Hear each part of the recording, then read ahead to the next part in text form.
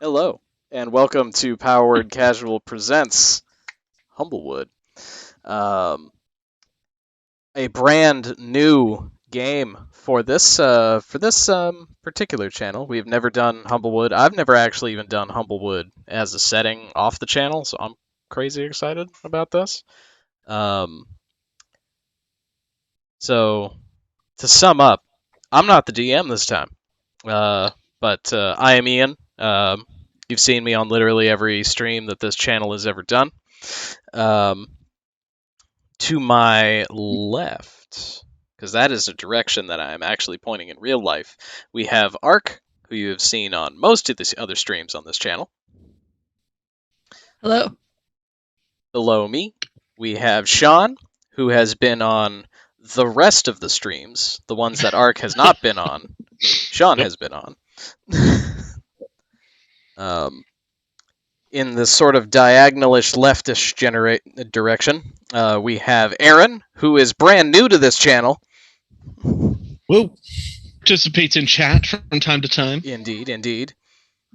And last but not least, our DM and the person who rallied us all to kickstart this Humblewood situation and play it, our good friend Jekka. Yo. Hi. I'm usually in the chat too. It's true. I'm a chatter. And I will say, we do have one update per our new DM, making use of some cool stuff from our good friends over at Gemhammer and Sons Gaming. If you got channel points, you can use them. I will probably have to adjust the prices, so enjoy the savings now. But if you have channel points, you can use them to cause Jekka, our DM, to draw from one of several Gemhammer and Sons decks. Oh god, it's already started.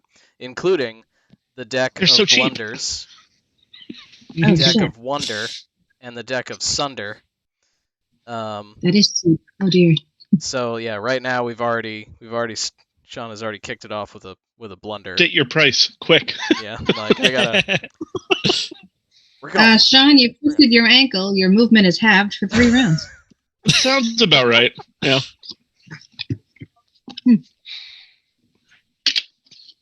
Excellent. Yep. So, all right. Yeah. Yeah. And use those channel points, folks. They exist for a reason. They do. And I've got my 3 decks open and ready. That is basically all I got to say. That's all I got to say on the matter, or any matter. So Jekka, is all you. Yes. All right. I'm going to be watching on the Zoom, not the Twitch stream, because the lag freaks me out. Yeah. Totally fine. If someone does spend points and you need my attention, just let me know. Will do.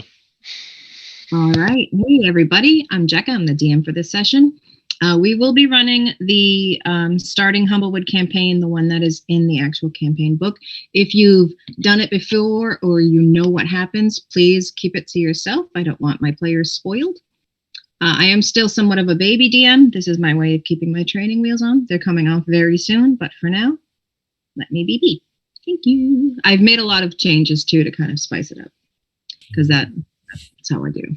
So, you guys ready? Oh, yeah. Yeah. Let's do it. Let's go. There is, on the eastern coast of a great continent in a faraway world from here, a vast forest, tucked cozy between the mountains and the sea. An ancient place where magic twines between trees and one can still hear the faint hum of some endless song, a great rhythm of life and death. The trees here are old, powerful, specimens that can reach as tall as mountains. Small mountains, still impressive. Here, creatures that would be familiar us grow to unusual sizes, bear markings and patterns unique only to this wood, and here also lives 2 groups of animal-like humanoid races. Again, familiar, but in so many ways, very different, very special. Welcome to the Humblewood. In these lands, magic and nature have culminated into the lands and civilizations of birdfolk and humble folk who share the wood and its resources, reveling in their close communion with nature and the close attention of their gods. In early years, bird folk and humble folk lived close in little villages, vulnerable to inevitable brigands and marauders. Over time, these thieves formed their own communities, the Bandit Coalition. To protect themselves from these cities, they acquired fortifications and, more importantly, the Perch Guard, of which my cat is not a member. The Perch Guard is a sort of defense army to drive back bandits and keep peace. They center in the capital city, Alderheart, which is an immense city built within a massive tree. We'll get there later. There is also great sorrow in the wood. Not long after the founding of Alderheart, a massive forest fire, known still as the Great Calamity, burned a portion of the wood and left that area permanently damaged. The origins of that fire, still unknown. This area is known as the Scorched Grove, a field of ash and ruin that has since become home to many strange, flame-infused creatures and monsters. A certain group of druids, the Tenders, have dedicated themselves to trying to heal the Scorched Grove with their natural magics. They provide aid whenever forest fires strike, hoping to not only soothe the wound of the calamity, but also prevent another. Trying to keep the grove from spreading, though its dimensions seem to keep inching out a bit further every turn of the year, just a bit.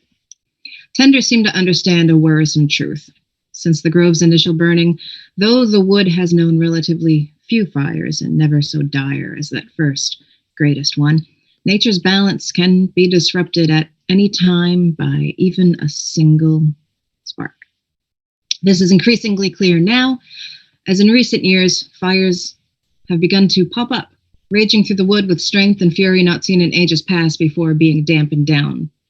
Forest dwellers being displaced from their homes, forcing to flee to neighboring villages, make the journey to seek refuge in Alderheart. Relations between humble folk and bird folk become tense. The Bandit Coalition, newly invigorated by the disruptions and desperation of folk who suddenly lost everything, swells in its numbers.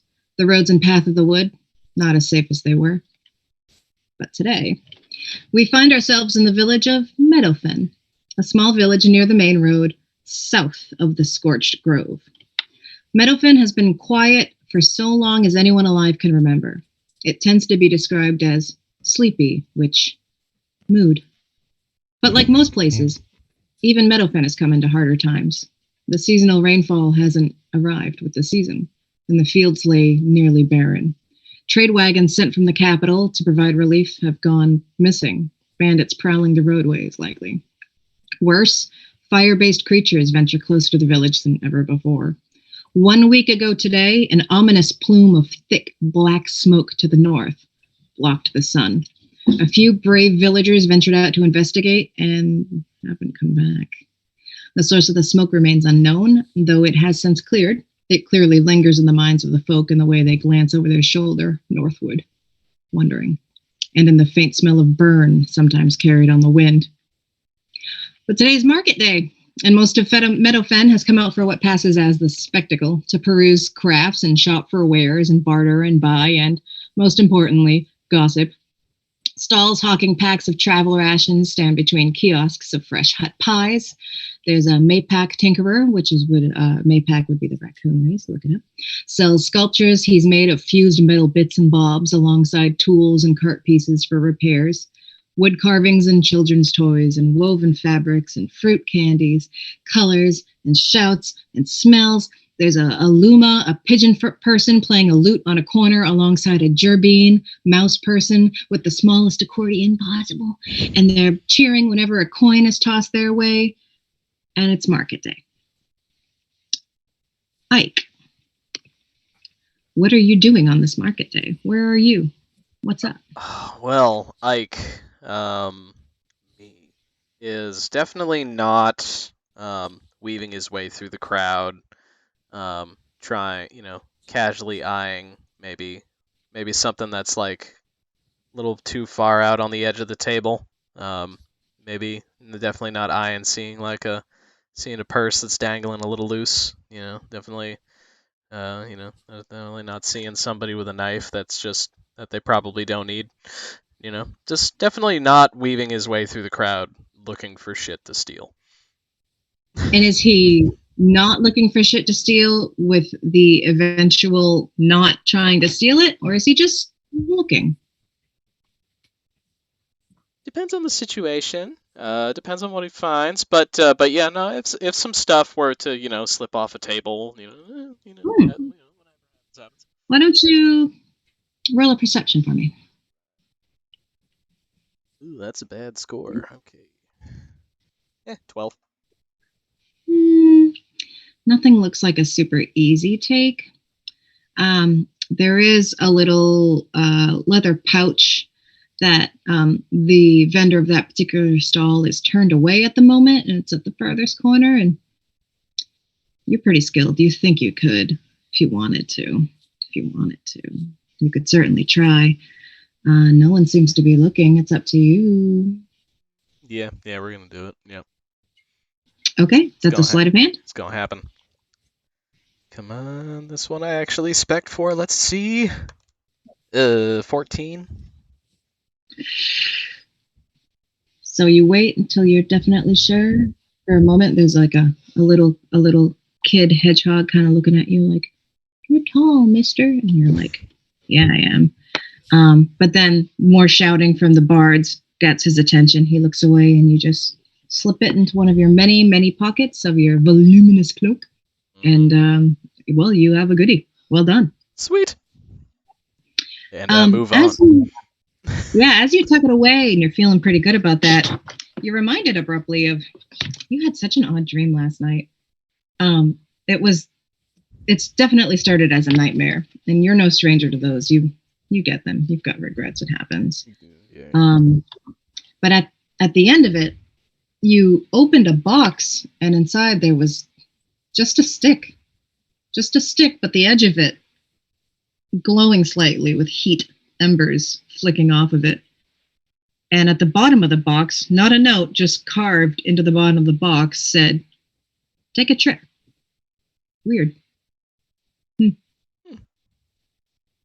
That's a weird Cobry. Hello. What are you doing on market day? Oh, mostly meandering with no purpose.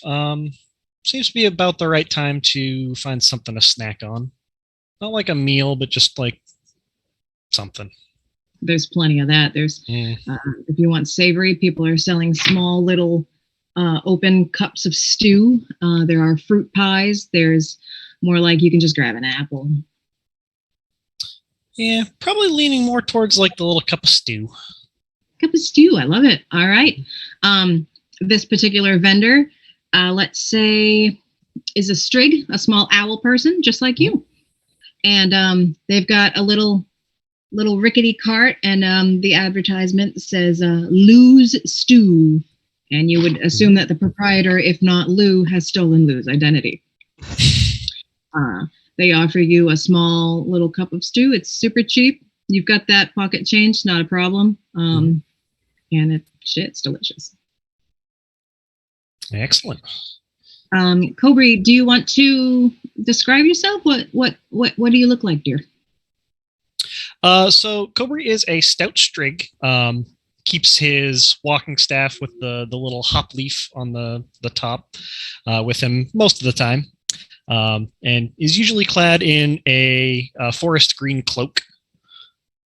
He usually has a pretty cheery demeanor and is very quick to just chit-chat with anybody about anything. Wonderful. Can you make a perception check for me, please? Absolutely. That's a 3 on the die. Oh, I didn't fill these in. That'll be a 6. Neat. Your stew looks good, and it is good. Good job. Excellent. Circling back a second, I'm so sorry, Ike. I forgot that not everyone knows what you look like. You want to describe yourself? Oh yeah, yeah. I am I'm a Corvum. I'm a crow boy. Corvum are pretty tall, realistically, but even among my birdie people, I'm particularly tall. Not super like buff, but a surprisingly sizable for someone who just wanders around pickpocketing people. And no one noticed. Maybe it's because you're so dark. Yeah, maybe. All good. It's all good. I'm the night. Cobra, as you stare into your stew and think how delicious it is, you're also reminded, man, you had a weird dream last night. Maybe it was even this morning, hard to say, but just before you woke up, you remember you were walking down this path, and it's a road you've never been on before, but it didn't seem important at the time. And there was a noise beside you. When you look to the side, there was a bird only about this big, and you're small, so that's real small. Cute little white bird, but instead of tail feathers, it just had hanging ivy. And it looked down the road that you were walking on and kind of nodded in approval. And then you woke up. Weird. Serious. As you're walking along on market day and you come across you walk past a loose stew vendor, and it smells pretty good. Kind of sidestep a little owl dude who's eating it. Delicious. Proficiency in a skill is +2. That sounds about right. Yes. You step around Mr. Strigg. What are you doing on market day? Are you actually here to buy, or are you just here to gossip and look around? You're muted, by the way. Not anymore. Uh-huh. I Very stealthy.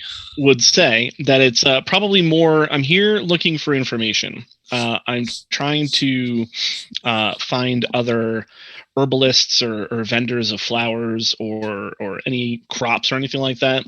I'm looking for information on how they are dealing with this garbage weather and the complete lack of rainfall. How they're dealing with that. Got it. You don't even need to roll perception to find that. That's almost literally what everyone's talking about. Other than one group of older gallus hen women who are just like clucking about who their grandsons are going to marry, but that, everyone agrees this is absolute garbage weather. There are farmers who are like, I don't know what I'm going to do.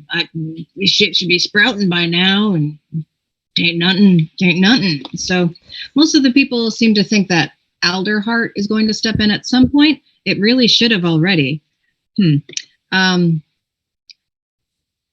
No one has ideas that stretch much beyond maybe we should dance more. That might make rain. Yeah, as I'm listening and trying to sort of eavesdrop on conversations, hear what people are saying, I'm definitely staying towards the outside of the crowd. I'm not trying my way through. I'm staying pretty much as far away as I can. You don't want to be drawn listening. into any of the conversations. Yeah. Got it. Sirius, do you want to describe yourself as you're trying so hard not to be seen? What would they not see? Yeah.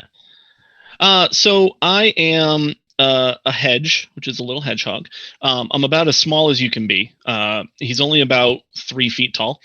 And he has a ton of quills just poking right out of his back. And he's got a gray sort of overcloak that's covering up most of the quills, but it's sort of like wrapped around his waist right now. And then I have a small belt that has 2 little potion bottles on there. One of them is like a really deep, dark, blackish purple, and the other one is a very light lilac. And if anybody looks really closely, they'll notice that some of my quills on my left side of my body have that pinkish hue, purplish hue, and on the left side of my body, left hand to right side, and on the other side will have that dark blackish hue. Nice. So you're kind of colorful, maybe, when it reflects. A little bit. Yeah, cool. it blends in a lot, but if you really notice that the quills just have the tiniest bit of color on the tips. Little punk. I like it. Cool. As you're listening and kind of not looking at them, you don't want to make eye contact with the grannies, heavens no. You do get not bumped into because that would hurt them, but someone kind of steps on your little paw, your little foot, and when you turn to look, there's a child scampering away, but they've left something where they bumped into you. They've left something in the dirt. And you kind of squint. If you pick it up, it's just a small little carving. Paint has been worn off. It only remains in flecks, bits of yellow paint that even as you pick it up kind of come off under your fingernails. Just a little carving of a little yellow-ish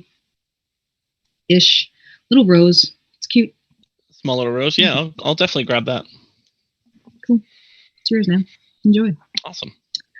And kind of impossible not to see at this point, Huxley. What's up with you, my friend? I am very tall, over 6 feet tall. I've got these huge antlers, big old elk boy. I've got this blue tabard, chainmail. I look ready to go out into battle, which is probably kind of odd in this farming town. Market. It's like I am sometimes, yeah. Yeah, yeah, and I am to anybody who will listen. I am bragging and telling the stories of defeating so many of these fire monsters and wonderful, cool places I've been, or maybe not been. I might be embellishing a little bit. We don't know. Okay. You've actually got a group of children around you, little birdfolk children of different various, mostly Luma, it seems like little pigeon boys. There's also an older man, Gallus. He looks like a withered rooster man. He's puffing at a pipe as he listens to you, and you can see on his face that he thinks it's half bullshit, but he's really enjoying the show, so he keeps goading you on. Like, oh yeah, and I just I soak that all up, and I very much just yeah. So how many clusters of ember bats did you say you killed? Oh, there had to be dozens. Dozens? You must be the finest warrior I've ever heard of. The ember bats were nothing. The ember bears, now those were. Ember, my God, how are you still alive, boy? You should join the Perch Guard. They need strapping, incredibly tall servants like yourself. Well, I just might. Well, the larger cities should have different branches where you could walk in and sign up, but good for you. Good for you that all of these stories you're telling are definitely 100% true. Excellent. Yeah, the kids, they're like, one of them's just hugging one of your legs, like, are you like a god? You're a hero? You should have a cape. Oh, you guys, let's find him a cape. And they all kind of run off looking for a vendor who couldn't sell him the most splendorous, hero-worthy great cloak that would be possibly large enough for you. No one's going to have that here. So but a little half cape, yeah.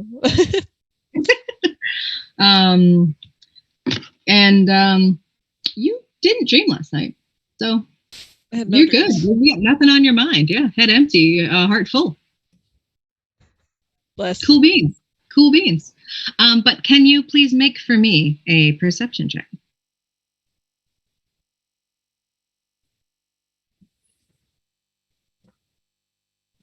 Mm-hmm. 17. 17. Nice. That'll do it.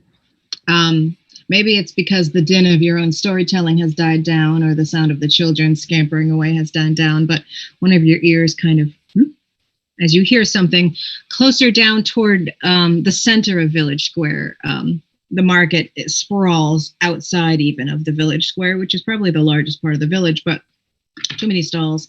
Not enough room. So you're on the outskirts of it now. Closer toward the exact center, you can hear definitely commotion, where not so much like, yay, it's market day, yay, we're having so much fun buying things, but more like, oh my God, something's happening. And as you kind of clock on that, like, and you can see more and more people kind of starting to be like, And this now reaches everyone's ears. Everyone kind of stops what they're doing to look over and figure out W, T to the F.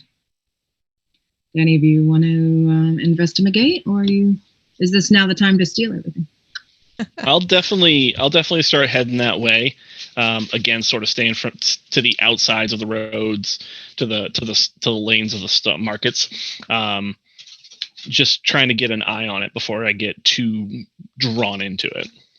Okay, so Sirius is kind of skulking that way, but on the edges of everyone else who's shifting in that direction. I will. Yeah, I'll also head that way, but I'll skulk in a different fashion.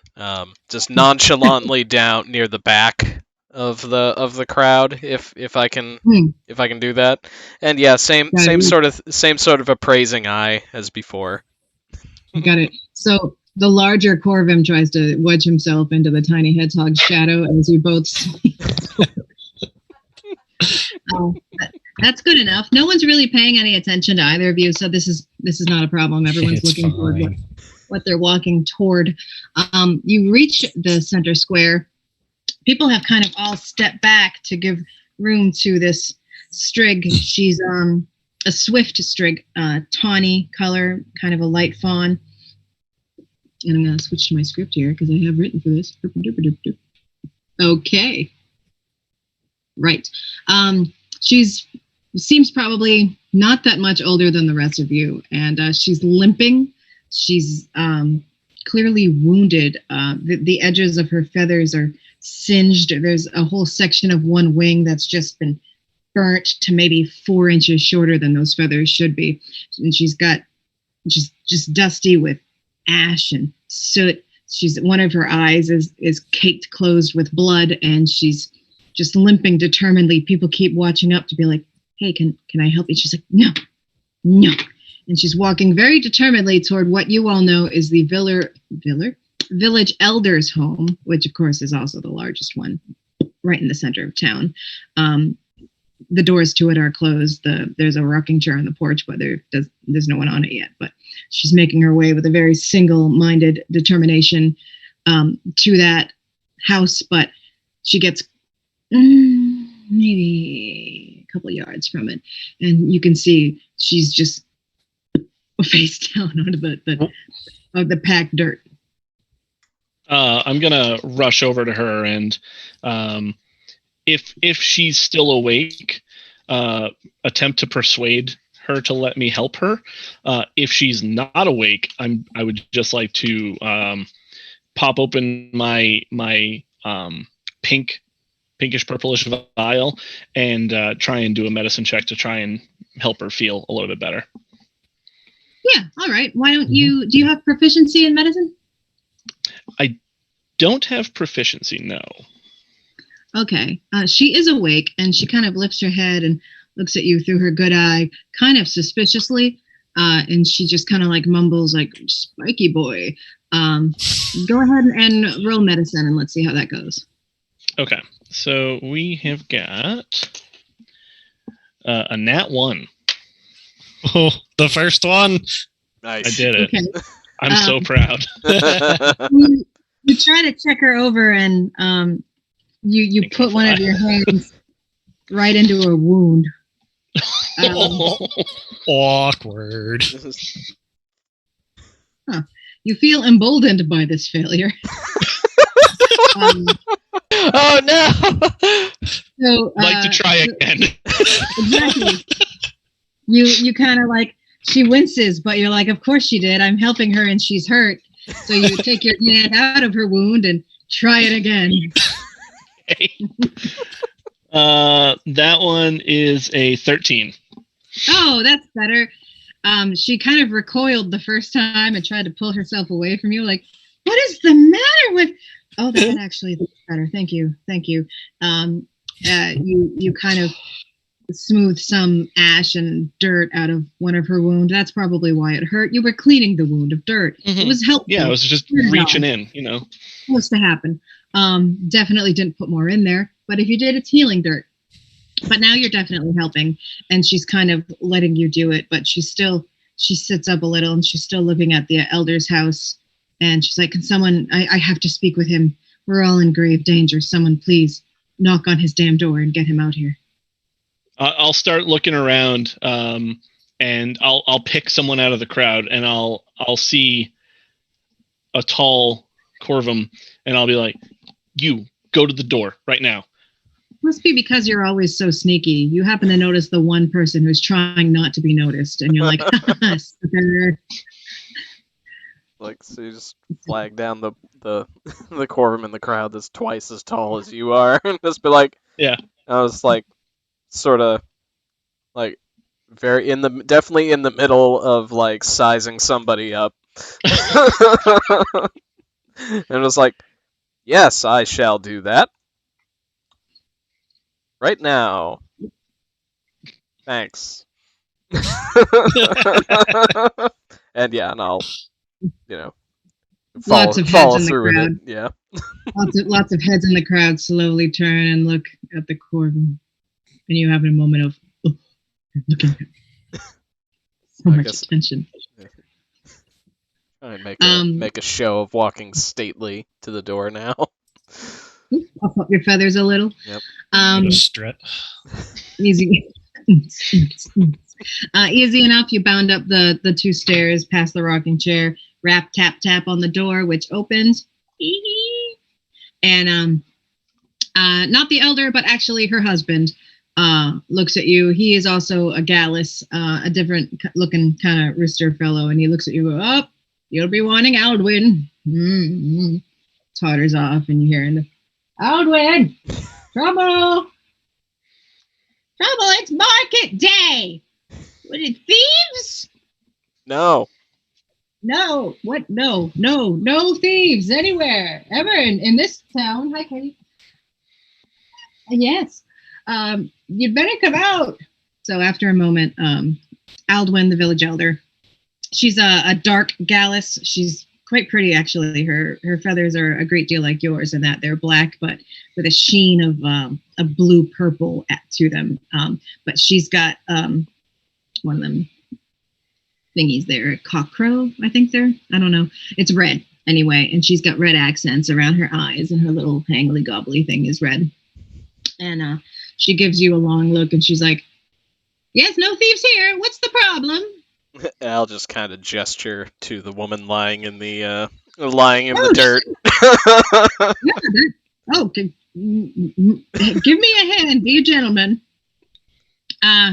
So she totters out and kind of stoops over and look at. Oh, Kara, is that you? The Strick looks up, goes, Elder Alduin, we have to talk. Yeah, clearly. All right, let's market day. Go buy shit. She kind of looks at you and looks at Sirius and like, okay, not sure what he's doing, but it seems to be effective. Looks out into the crowd. Huxley and Cobry, have you come over this way, or are you still off doing your own thing? You're there. So Got it. Cobry would have been drawn to Huxley's story and part of that gaggle near the end there. Mm. So Okay, so the two of you at this point have. Yeah, there's a train passing. traffic in this part of town, I tell you. Yeah, this time of night, you never. Yep, can't be a Zoom call without a butthole. Thank you. You're a good girl. I love you This very stream much. brought to you by Kitty Butts. Yeah. Kitty butts. Like I was just, she knows the exact spot where it's just immediately in front of the face. So, like, you want to knock all my shit off too? While you're here? Yeah, that'd be cool. Thanks. Awesome. Do you want to? Okay. So the elder points to Huxley and says, like, you're hard to miss. Can you help this young woman out? Can you? Honestly, you could just pick her up like a sack of grain with the size of you. And she kind of gestures for you to come into the house, and she still really hasn't let go of Ike. She's sort of holding on to your arm. Hedge, young Hedge, you can come too. And for some odd reason, even Muted. Oh, there's the mute. Yep. There's the mute.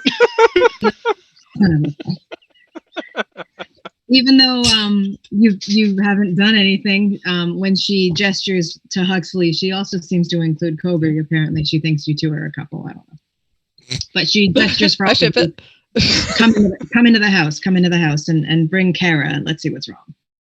As Huxley is carrying Kara, I'm gonna like grab onto like an arm, but I'm not doing anything because I'm so small. But I'm helping. I'm there. I'm doing the thing. Moral support. Yeah.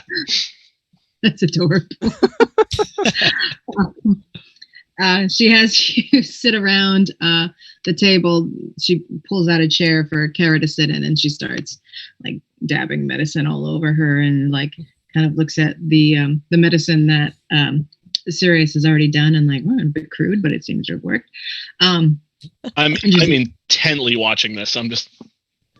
The husband brings over some water, and Kara like, oh God, water, thank you. Chugs it, and then they're like, what's going on? What's going on? It's just it's clear you've endured a great deal, my child. You were part of the expedition that left a week ago. Where are the others? What's happened? Please speak. And Kara says, well, the smoke, we trailed it all the way up to Ashborough, and it's gone. Ashborough is gone. The fires of the Scorched Grove reached its edge and just flared. Like it burnt the whole town. It's razed to the ground. It's gone. And everyone in the town tried to hit the roads at the same time, and bandits just thick with them, and the rest of my party were taken down fighting to try to help the civilians, and a lot of the civilians, a lot of them were taken hostage. I don't know what's come of them. I only managed to get away. I left so many behind, but I had to come back and let you know. The town is gone. And Alduin, which is actually her name, rocks back and like clearly shocked. The Scorched Grove, it's inched outward now and then, but to suddenly and a whole town. But clearly she believes Kara. My God, well, you need to rest. We don't really have any other adventuring groups to send out. Your party was, like the chosen ones, and now all I've got are these sad sacks. And she turns to the four of you, and sure feels like a moment of destiny here. She says, I don't want you to head toward Ashborough. It's clear there's nothing to be done there, but what I need you guys to do, you need to head to Alderheart. They need to know. The Bird Council will want to know about this, and they should have sent supplies. Let them know they're not here. We need more perch guard on the roads, and they need to know about the Scorched Grove. I don't know what they can do that the tenders already can't, but they need to know. And if the bandits are as bad as they say, it's not going to be easy. And two of you are the tallest creatures I've ever seen in my entire life.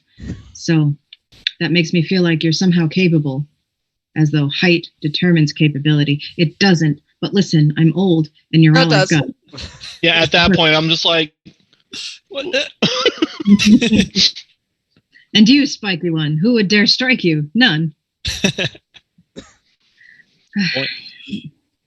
I'll give you a letter that you can give the Bird Council, so they'll take you seriously, because they can be kind of dicks. But it's important that this happen. Here, and she goes rifling through her junk drawer, of which everyone has one, and she pulls out a couple sacks, hands a small sack of coins to each of you. It's not much. This is a small town, but it's some. And she's take some time, grab your supplies, but I want you on the road in a few hours. Please, will you do this, adventurers? Yeah, this is terrible. Yeah, I'm in. I'll say that I'm definitely in. My one question is, will this bird council be welcoming of us humble folk? Oh, of course. Yeah. Humble folk and bird folk. Yeah. They wouldn't turn you away, especially where you've got, like, you'll have my letter of introduction, and this may just be a hodunk village, but I'm still the elder here. Of course. And they're working on it. It's a council full of bird folk, but they listen. They're not dismissive. Okay. Yeah, just want to make sure that I won't encounter any frostiness when I get there. So, but yeah, absolutely. That. I'm sure Hopefully they'll find see you. the gravity of the situation. Of course. Thank you. And then she kind of gestures to her husband, and they sort of descend upon Kara to continue cleaning her and making tisk noises at the state of her feathers. Like, oh, that sucks. That's going to take a long time to grow back. And, oh, no, you'll never find a husband now. Like, oh, really not on my mind, but thank you. And she'll water, delicious. Oh, tea, even better. So after like another minute or so, everyone in the room kind of turns and looks at you as if to say, like, why are you still in our house? Here's your quest. As I start heading towards the door, I'll turn back and Alderheart? Alderheart, the capital city. Alderheart. Okay, just making sure. And they were supposed to send you some supplies, and they haven't made it yet? That's right. They send out supplies to help all of the outer villages, and after the fire that we saw last week, we even sent word, and nothing. But yeah, there's almost always caravans of supplies coming out from the capital city. They've got the most of everything, but it should have been here like a week ago. Weird. Especially with we let them know too about the droughts. We're like, hey, the farms aren't cutting it. Maybe they just don't have enough to give, but it doesn't seem likely. They would have at least sent word if they weren't sending anything. Okay. All right. I'll see what I can find, and I'll send word back at the very least. Thank you. I'll pop out the door. Granted, I was about to ask your name, but goodbye. Goodbye, brave soul. I'm gone. I'm definitely gone.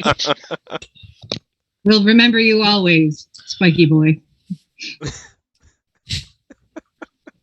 But the rest of you, thank you so much. You'd better catch up, I guess. Of course. Okay. I go through the door, but like I forget that it's small and the antlers like catch, and then I gotta like spin around and do the thing. Yeah. Act like nothing happened. Brush off when I get to the other side. They want to try to help you, but they can't even reach. So like they're hopping, like, oh, you're. Oh, I got it. I'm good. Lean, pivot. Right, you managed to clear yourself of the elder's doorway. Gain to experience. Gonna stand there for a half a second and be like, oh, okay, I was just making sure, like an old person dragged me in. I didn't know if it was the opposite. Didn't know what the door protocol was. You don't need to be dragged out too. She's unfortunately too busy with Kara. Otherwise, I'm sure she would have been more than happy to lead you back out of the house and maybe goose you on the behind a little.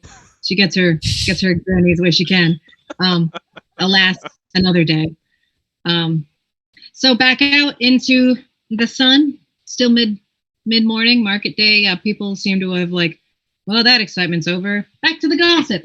Now, of course, all the gossip is about Kara. And still the weather and what could it mean? My God, Ash Barrow. I have a cousin in Ash Barrow. Not anymore, you don't. Like, Jesus, you can't say that. Yeah. So it's fairly excitable, more so than it was before, but you can see that the vendors are returning to their kiosks because they still need to make money and they don't want people to walk off with their stuff. So if there's anything that you want to grab, or if you're from around here or staying at an inn and you have supplies in the inn, you should take some time to grab your stuff before you all head out on the road, because it is a long and winding road, the Beatles would say. I was passing through town, but I didn't have a whole lot of stuff. So the primary thing that I want to go and try and find from a vendor, I'll pop up in the bag. How much money is in there? About 5 gold. 5 gold. Okay. Yeah, I'm gonna try and find a bag vendor. Essentially, what I want is not a fanny pack, but like a shoulder bag that I would wear in the front because I have spikes on the back, so it would be in the front. And I just want to buy a bag, and I want to buy 2 new empty bottles. That's all I need. Okay, empty bottles are easy enough to find. There's like an apothecary dude who sells different drinks that he makes, mostly really vile home brews that he put together in his basement. Like, I fermented anything I could find. Some of them you're pretty sure are absolutely poisonous. One of them smells pretty damn good. But he's got empty bottles up the yin yang. He's more than happy to sell you, and they're super cheap. It's like he'll give you like 5 for a silver. Okay. I'll give him like a little look, and I'll be like, so the leader just sent me out on a mission. She says I needed a few things. You wanna help me out since we're doing some stuff? Well, tell you what, it'll still be 5 for a silver, but they can be full of stuff. Like Deal. The drinks I sell. Deal. For a living. Deal. Great. So you can choose 5 drinks, and then once you drink them, you've got the bottles. Yay! All right. Yeah. I will specifically aim for 5 different things. Okay. There's different colors. There's some of them seem to have acquired a film. One of them, they're in the space between the cork and the liquid. You can see there's smoke. Oh, good. But help yourself to dubious liquid. I will grab those, and then hopefully I found a bag. Excellent. Go ahead and add quantity 5 dubious liquid to your inventory, and at some point I'll figure out what those are. Perfect. Wonderful. So far as the fanny pack, you notice there is a Maypack, a little raccoon fellow, the one that sells all sorts of knickknacks of metal scrap that he's turned into sculptures. Underneath the desk that he's kind of sitting at and playing with metal, he does have a large pile of, it looks like, leather work that he's been working on. And some of them do look like bags that may be the sort of what you could work with, or could certainly be tailored easily enough. Okay. Yeah, I'll describe to him what I'm looking for, and I'll tell him that if he doesn't have it right now, I can come back in an hour. But I do have a mission from Alduin that I have to take care of. So. From Alduin? Oh, well, all right. Well, tell you what, my sister married a hedge, a nice fellow, so I'm pretty familiar with your physicality. Not like intimately, that's her job, but I know what I'm working with. So, yeah, in an hour or so, I should be able to figure something out. Tell you what, and he takes out like a length of twine and like uses it to take a measurement, and then like, yep, all right, okay, little guy, come back and in an hour should be fine. That's even maybe not even that much, but I'll have that ready for you, sure. And I'm gonna do a little bit of tailoring on it. So, how about one gold, and I'll throw in one of my amazing art pieces. I'll say, since I bought a set of potions, a set of jars for 1 silver, I should have 9 silver and change. And I'll be like, how about 9 silver? And I don't need the extra art because it'll just weigh me down. But you can give that to the next person. Art lifts the soul. It doesn't weigh you down. How about make a persuasion check? But it doesn't. It's not a high difficulty because you basically said, like, how about $9 instead of 10? So here we go. 19. Oh yeah, totally. He's like, yeah. You know what? You seem like a cool guy. You seem even better than my mother-in-law. So all right. Thank you very yeah, much. come back. I will be back, and I'll scurry off and I'll see if I can find either Ike or Huxley because I can see them above the crowd. You definitely can. I'll interject there if I may. So Cobri kind of just meanders around a lot, so I didn't really have anything in particular I needed in town. So I think after we left the Elder's house, I would have followed Sirius, and I'm just kind of like meandering, trying to stay with him as like, you know, he's the one who has the message, should stick with him.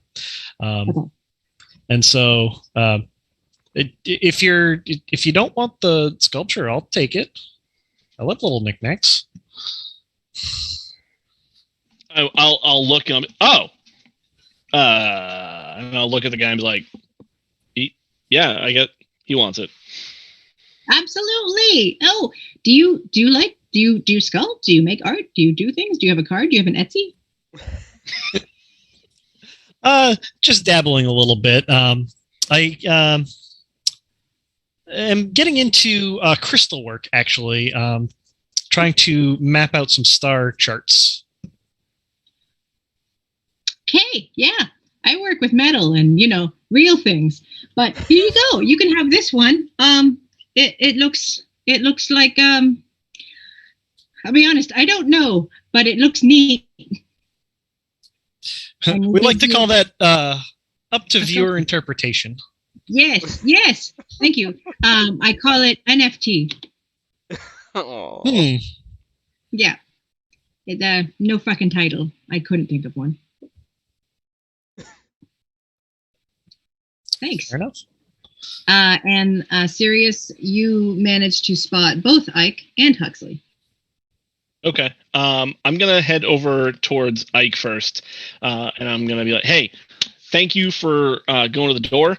I learned a while ago that if you just say, 'Hey, someone call 911,' that no one will do it. You need to point at somebody and send them. So thank you. You played along. That was great." Yeah, no problem. No Real problem team at all. player. Yep. This was not an inconvenience to my day in any way. Oh, so good to hear that. Yep. Anything Okay. else that you need to do in town before we get rolling? Well, not with a witness. Nah, I'm good. Nah, I think I'm should pretty I- much ready to. Should I take? I'll.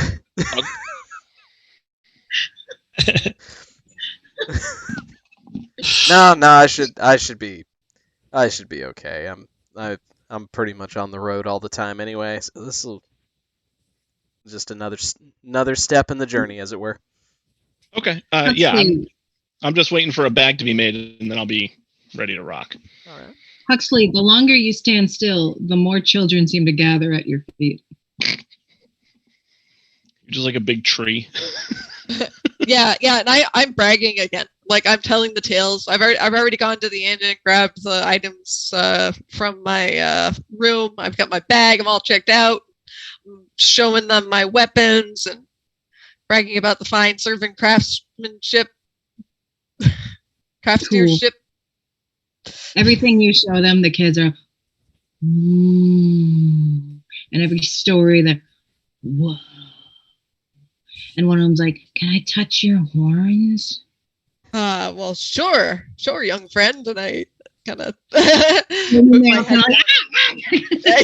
it's just like you batting them around every time you move your head, but eventually you hold still, and they're all kind of like, "Whoa, they're like velvety. I thought they would be like bones or something.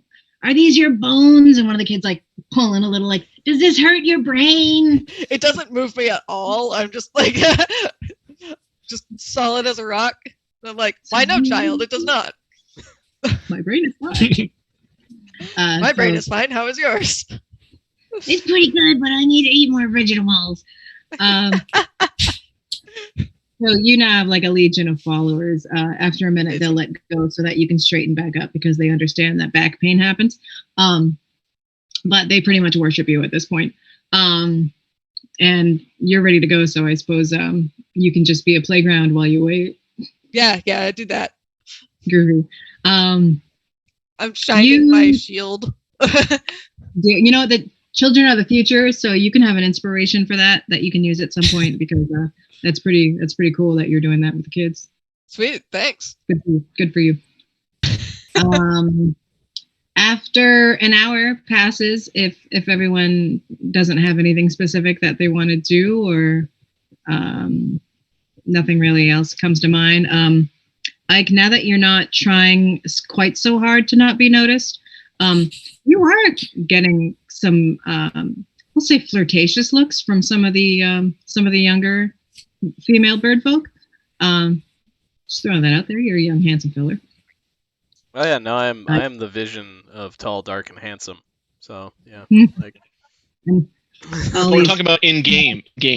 Yeah, no, and like, because in reality, I'm not that tall. So you know. You are a girl, in reality. But yeah, no, I'll just like, I was like, I'm leaving in a minute. Yeah, I'll smile, I'll nod, like. No strings attached. Hey, ladies. Yep. None of this is going anywhere. All right, hi. You do make a few of them blush extremely hard, and one of them is like, "I'll follow him forever," and her friend's like, "No, you won't. You hate traveling. You get the runs when you travel." So time passes quickly. The sun moves. Whoa! And your bag is ready. The Maypac settlement hands it over. It'll do the job. It's a little bit slapdash, and it's not all the same material, so it's a little bit patchwork, but it'll do the job fine. And he hid a small sculpture inside for you. Nice. And as I've been waiting for the hour, I've had a letter in one hand, and I've been holding like 5 bottles like this, just carrying them around for an hour. So I'm like, oh God, finally, and I like put them all in the bag. Clink, clink, clink, clink, clink, clink, clink, clink. Awesome. It's a small. It's just a bunch of screws, but somehow it looks like a googly-eyed frog. It's kind of cute. Nice. So the townspeople sort of let you. They part the ways like the sea for you all the way up to the edge of town, where the little fence kind of marks the border of Meadowfen, and the road is wide enough for maybe a single cart and like a pack animal. It's not a super incredible road, but it is the road, like that leads anywhere. It leads east, it leads west. That's what there is. So it's extremely well packed. It's easy travel. This part of the road to the north is a lot of, well, nothing. Dry fields at this point, all the way up until the Scorched Grove. Southward, it's a little greener. If you were to keep going south, straight south, you would reach the Mockton Caverns, which is a series of kind of a cave system set within like a swampy. That area is called the Mock Fields, and it's like a Scarborough Marsh when evil. It's gross. But it's far enough away from the road that you can't even, like, every now and then maybe if the wind were coming from the straight south might be like, ooh, that's green. But essentially it's just a road. And you are now heading to the east. And do you take on any kind of natural marching order, or are you guys just willy-nilly? I'm the leader. Absolutely. You just get in the front, got my shield, I got my sword, I'm ready to walk proud. You're so cute.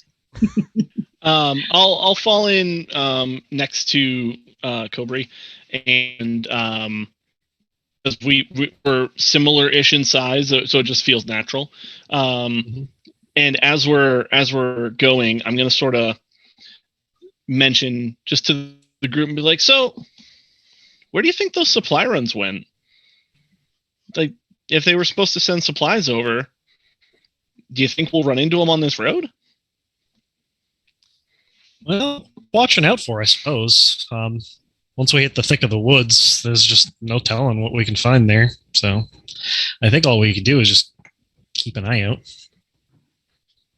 Okay. I'm sure. Yeah, I'll sort of. I'm sure it was fine, and definitely not bandits or anything of that sort. Definitely not. Oh, yeah, that's a good point. And at the thought of bandits, I'm gonna sort of perk up a little bit and keep a better eye out and try and keep my eye down the road, see if there's anything weird off to the sides that somebody might be hiding behind, and just sort of really pay attention as we're going. Okay, noted. So it's Huxley in front, and then Cobry. I'd say Cobry probably second. Yeah, it's wide enough where you can be right next to each other in second position. Yep. And then this is Ike. Oh my god. Love it, dwarves. I have squishies. So Ike, the Corvid, and please enjoy Cobry. Oh, so green. Burb. And this is Sirius. Yeah, look at little spiky. Look at the spiky texture. orange boy. And the closest I could find to an elk. What is it? I don't know. Me. An That's what it is. I don't Elxolotl. Because it's got Elxolotl. like, it's like a sea moose. I don't know. Sea moose All works. right. Got you in marching order here. We're fish folk now. Hastily drawn map. You are the one who mentioned that you are keeping an eye out. So why can't I get a perception check from Sirius? Okay, I will do that. There is my number, and we're gonna go, and we're gonna get a 6. Got it. I don't see shit. Those Dead fields. My new friend Cobry. What up? These bottles sure do make noise. Clang, clang, clang, clang, clang, clang. Just like jostling them around, yeah. The other three of you, perception as well, please. Yeah. 10. That's a big number. 15. I like big numbers. 23. That's an enormous number. It's odd because there is a large servant in front of you, but still you see something through him better than he could. Further up the road, and you guys have been walking for a bit now, maybe an hour out of Meadowfen. Further up the road, you spot first with your keen strig eyes and Owl's watchful eyes. There are three hooded figures on the side of the road. They seem to be having some sort of argument, like gesturing. Yeah. Oh, 4. There's another one leaning against a tree, more in shadow. That one's not really doing anything. Mm-hmm. And it looks like there's a figure on the ground, kind of huddled. That might just be fabric, actually. Now that you know, that might be. Geez, I don't know. No, that's a person. There's a person on the ground. One of the hooded figures breaks away from the other two. There's a small hand cart stacked high with bags and boxes, and at this point, the hooded figure is just rifling through it, like rare, rare, rare. Something up ahead, friends. Yeah, that's bandits. I am totally just gonna, I don't run up, but I'm like, hey, what are you doing over there? When Ike says those are bandits, I'll be like, how do you know that? Experience. Well, which kind of experience? The hooded figure going through the boxes kind of like looks up as Huxley yells, and he's like, "Nothing. Keep walking. It's fine. I dropped all my stuff." Oh, well, let me help you with that. No, It's on the cart, though. friends. I've got friends who can help. You're fine. Keep going. Have a great I'll be day. your friend too, though. You know, the more the merrier. Still walking towards them. Guys. Ah, I'm getting close to Huxley because Huxley makes me feel a little safer out in these random parts. So I'll definitely. Even though I'm walking towards the pit, this is great. Well, yeah, I don't want to be away from you, so yeah. So You do sort of have an aura of protection around you. It just seems like children flock to you, and every now and then birds, tiny birds, alight on one of your antlers. It's definitely safe here. Yes. Yes, I do nothing foolish, and I'm capable of everything I try. I want At to. Very this smart, point- healthy boy. I want to do the opposite and be far away from Huxley, sneaking through the bushes. Okay, so you cut off the road into that first line of thicket and bush, and you start kind of solid snaking your way up. Since you're off the road, you're more in line with the fourth figure who's leaning up against a tree, and you can tell that this is the other three are Maypac. They are raccoon folk. That one is taller than them and seems to be Vulpin. It's a fox. And she has a sword on her belt, and she's just kind of leaning against the tree like, son of a bitch, every time. As the other two join the third. And at this point, they're all kind of frantically waving their hands at Huxley like, we don't need more friends. 3, 4 is like the max. No more, we can't. The houses are small. There's no more chairs. Game night's full. I'm so sorry. Just keep walking. I don't need a house. Like we could just be friends and not live in the same house. It's fine. Have we gotten close enough to see more about the figure on the ground? You have. It still kind of huddled and sort of like you can't really make out exactly what species it is, other than humble folk. It's not a bird folk. Just lots of cloak, and but you do hear, "Help me! I'll just go. Hey, wait a minute. I think we're being had. One of them, Maypac, is a female and kind of like jumps in the middle of the road, like nothing to see here, folk. We are all set. You all just keep moving along. If you'll know what's good for you, you'll forget you saw any of this and you'll just continue on your day, or else. Well, that was a strange change of tone. So wait, you don't want to be friends? I don't think they want to be friends. I just want you to leave. Well, can we take that one with us? Yeah, does the small one want us to leave? No, I really, really don't. See, I think that one needs a friend, and I think you're being very, very selfish by denying them this. At this point, the Vulpin leaning against the tree is just like, just take their shit and let's go. And the Maypacs all kind of look at each other and they draw swords. Let us Take draw swords our shit. together. Yeah, me too. I got one. I draw a stick. Aha! I mean, I already had it now. It's Move a you walking guys stick, up but here, put the Maypac in the middle of the road. Move the little squishy duck. Why don't we roll initiative? It's the first one. I know. Oh, yeah, it's a good start. Good start for me. Yep. I did Not worse. me. Not a bad 20. Raccoon's bad. 23. Oh, much better.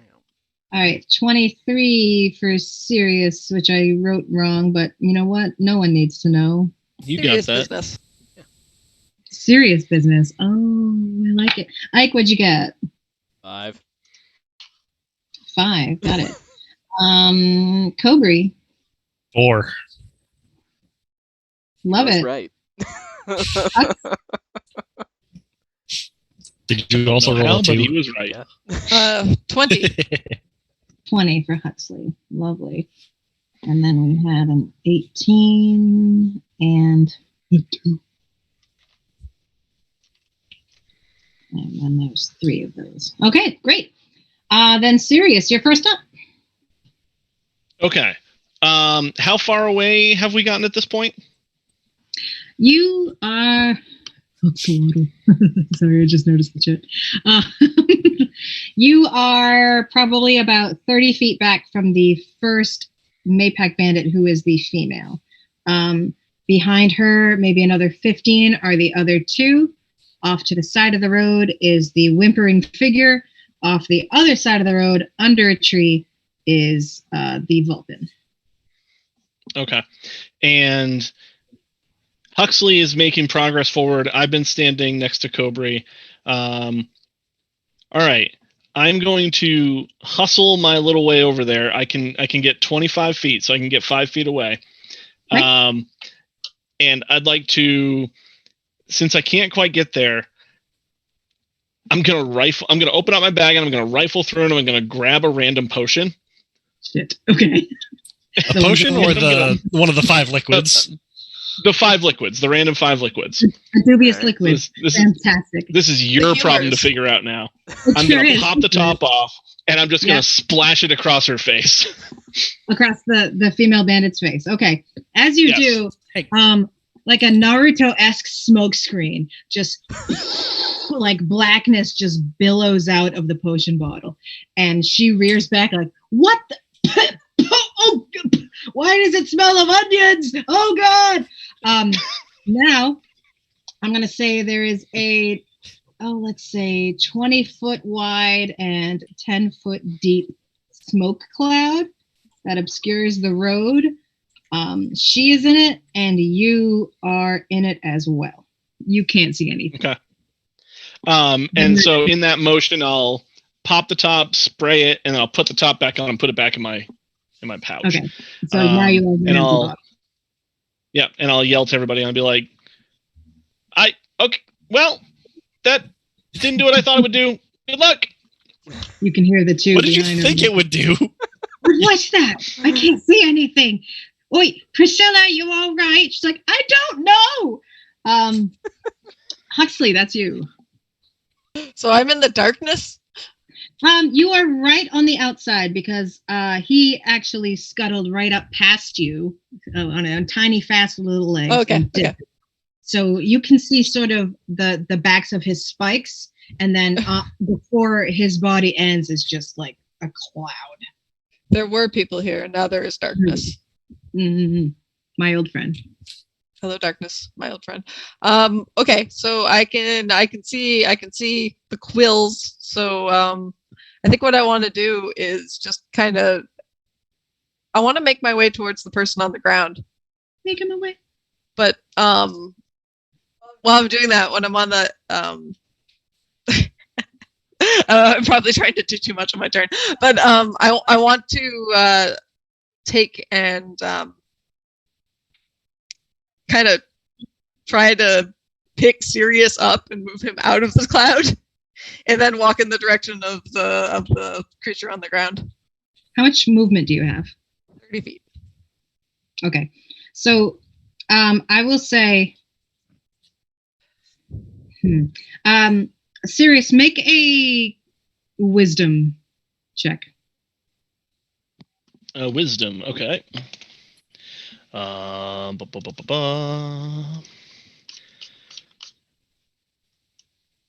It's a 19 plus 3, 22.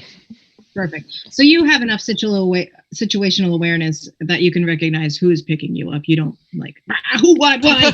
You know that it's Huxley. We don't know why. Yeah, I don't like flex and like push the spikes. So you are gently removed from the smoke cloud.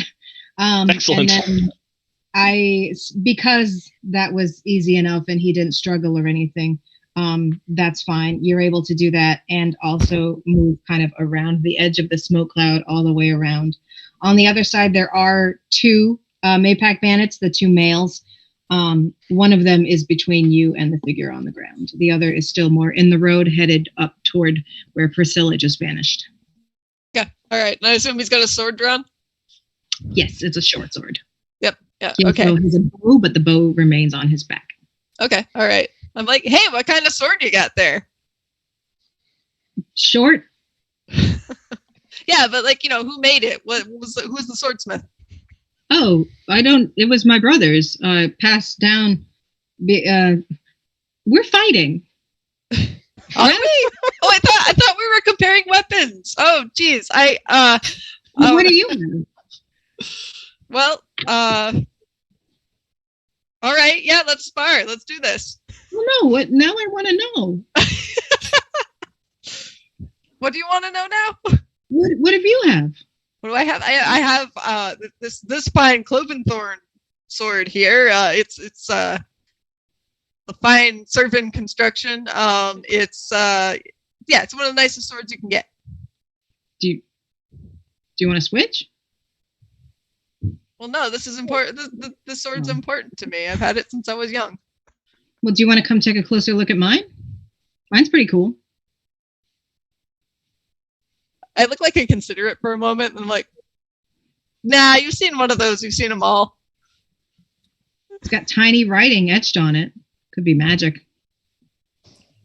The other Maypack at this point shoves him, and he's like, just stop. But he is not up to his part in initiative, so he can't attack you. He just we discussed swords for a while, and that's about it. Moving on. The Vulpin leaning against the tree doesn't seem to do anything, although she does sort of glance toward the underbrush where there may be someone skulking, possibly a Corvum. She doesn't seem to have clocked exactly where, but you get the impression that she knows someone's out there. Past her, next is Ike with a 5. Okay. I would like, if I could, I want to try and, she's just leaning against the tree. I want to try and sneak around and kind of get behind her and try and just get behind her, obscure where I am. Okay, it's not a very thick woods at this point. The tree she's leaning against is set apart from the others. It would be a pretty hard roll, just to let you know. Like, you would be able to see that, like, ooh, yeah, there's not much in the way of cover to get to that point. Okay. Then in that case, is there a tree that I could conceivably climb with my movement? Sure. All right, yeah, I would like to do that. Get up in a tree, get on a branch, and then start blasting. Acrobatics check, please. All right.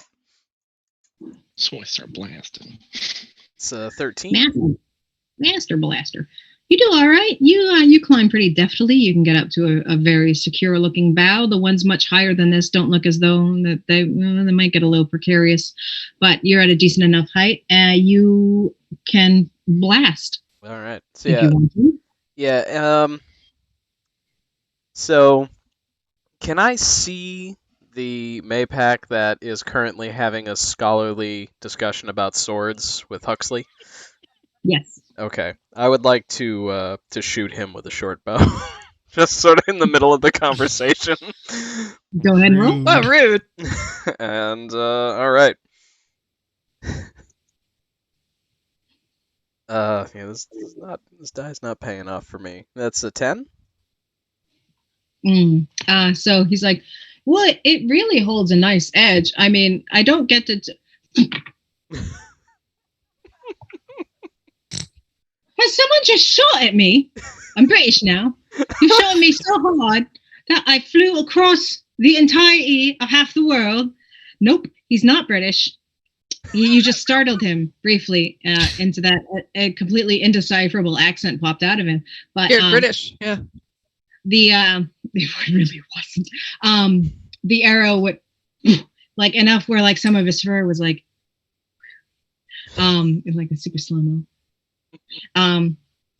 He kind of like starts looking up into the trees like, what? Cannot seem to mark. Actually, leave that to fate. Cannot seem to mark where it came from, but takes a few steps back in fright. So that's movement, and you shot a bow. Bonus and at all? Oh, let's see. I am a rogue. I don't get any fun stuff with my bonus action yet, so I'm good. Okay. Then Cobri. So what can I see from here? Because I know the fog cloud is kind of there in front of me. So before the fog cloud, there is Sirius, who has just been gently lifted and set back down. Then there is a big ass fog cloud. Kind of around the edges of it where it's thinner on this side, you can still see the fox. And on this side, you can No, he would have moved back in toward the road. So you cannot see Huxley and his two new best friends, but you can hear them. Okay. I will. Do I know if it's the kind of thing where if I move, like, say, around to the left side of the cloud, do I think I'll be able to get better eyes on them, or is it kind of centralized? Seems like it's centralized. Whatever came out of that bottle was very thick, and it didn't spread very much. It's just sort of created an odd barrier. The smell is undescribable, other than onion. Okay. If an onion. Yeah. Is Cobri still within like sight of me because I got picked out of the cloud? Yes. I'll just quickly remark, can you believe he was going to have me drink that? Smells tasty.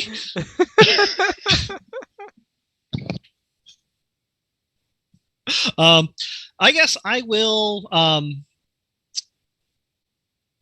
just move forward, kind of to the edge of the cloud to be like somewhere in the middle, kind of like at the edge of the cloud, closer to Huxley and Sirius, and kind of just like back and watching still. I would like to ready an action to cast a spell at the Vulpin if she seems like she's going to start engaging. Are you moving to the side of the cloud, the Vulpin side, or the Huxley Maypack side? The Huxley side. Okay, that obscures your view entirely of the fox if you do that. So you can still understood. but you won't be able to see if she does anything. Okay. In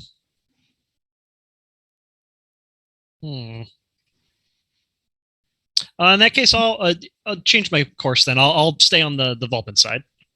Okay, you come around this side. All right. That is you. That brings us to the Maypax, the one that's in the cloud. Kind of, you assume, makes some sort of motion, but mostly just blunders around. The one who just got missed by an arrow, kind of like, whew, I think I lost a bit of my soul there. Well, my brother's sword, and is going to take a swing at Huxley.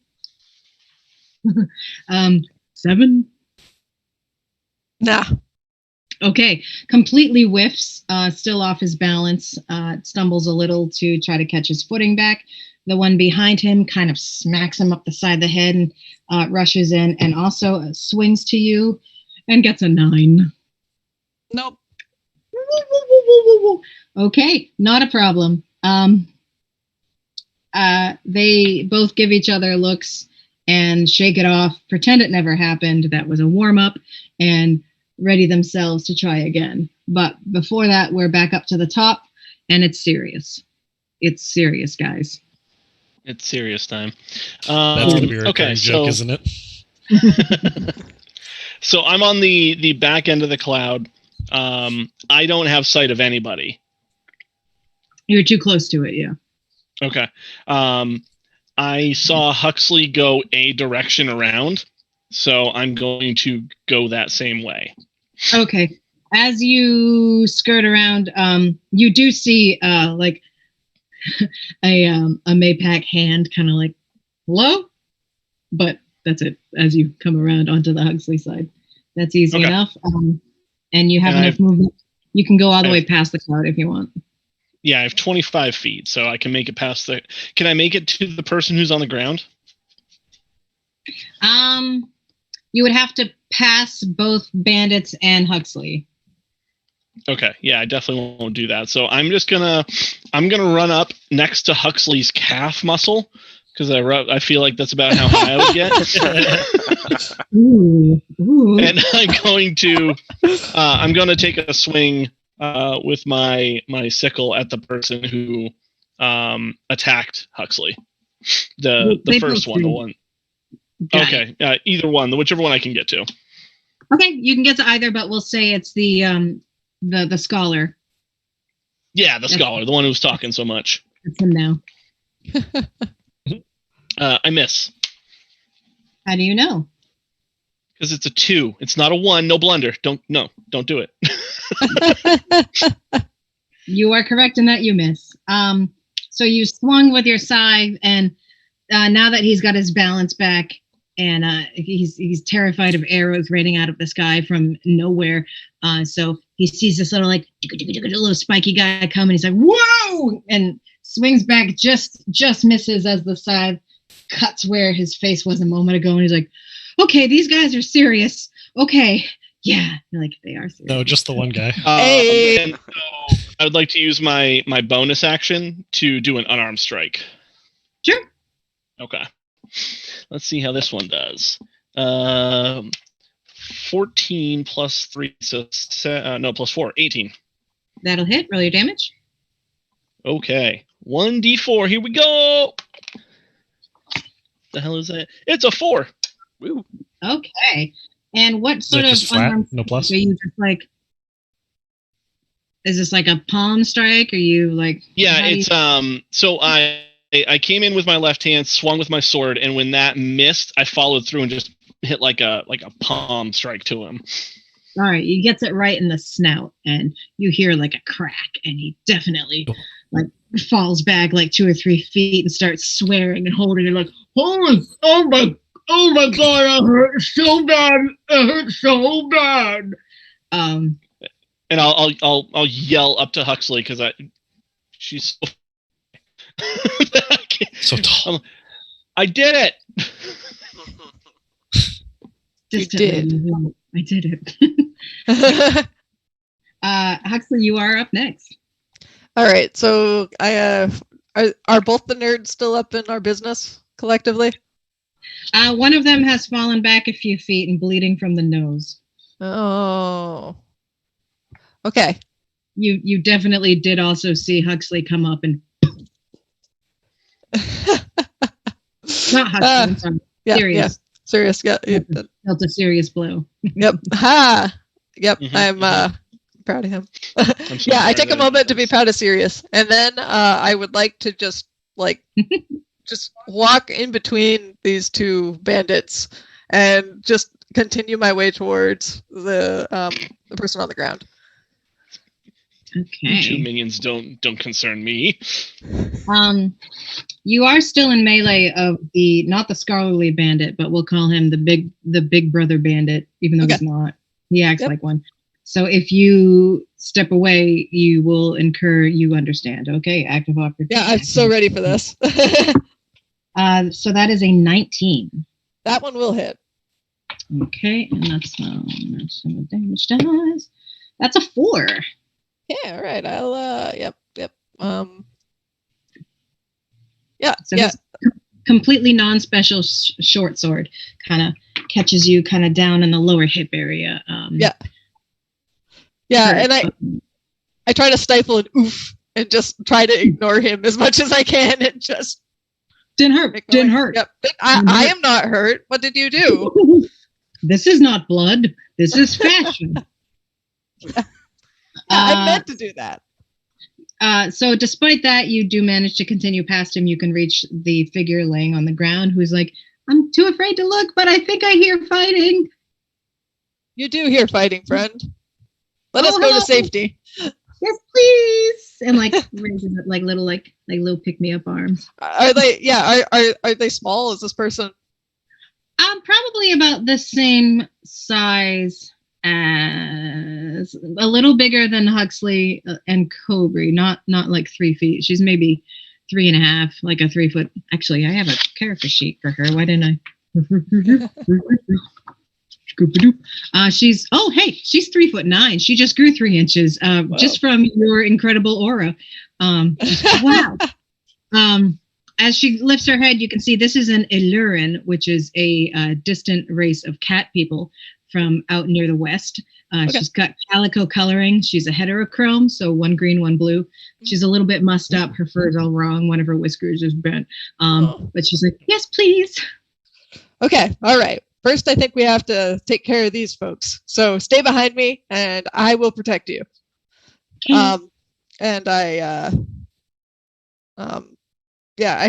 ready my shield and my sword and just kind of take a defensive stance here. Okay, she scrabbles up to her feet and kind of, but tucks herself in behind you and kind of like bundles up her cloak like that's gonna do shit. That's what you do when you're scared. When I hear the "stay behind me" comment, I'll be like, "Yeah, I was trying." I just give you a thumbs up. I'm like, you're doing great. You're doing it.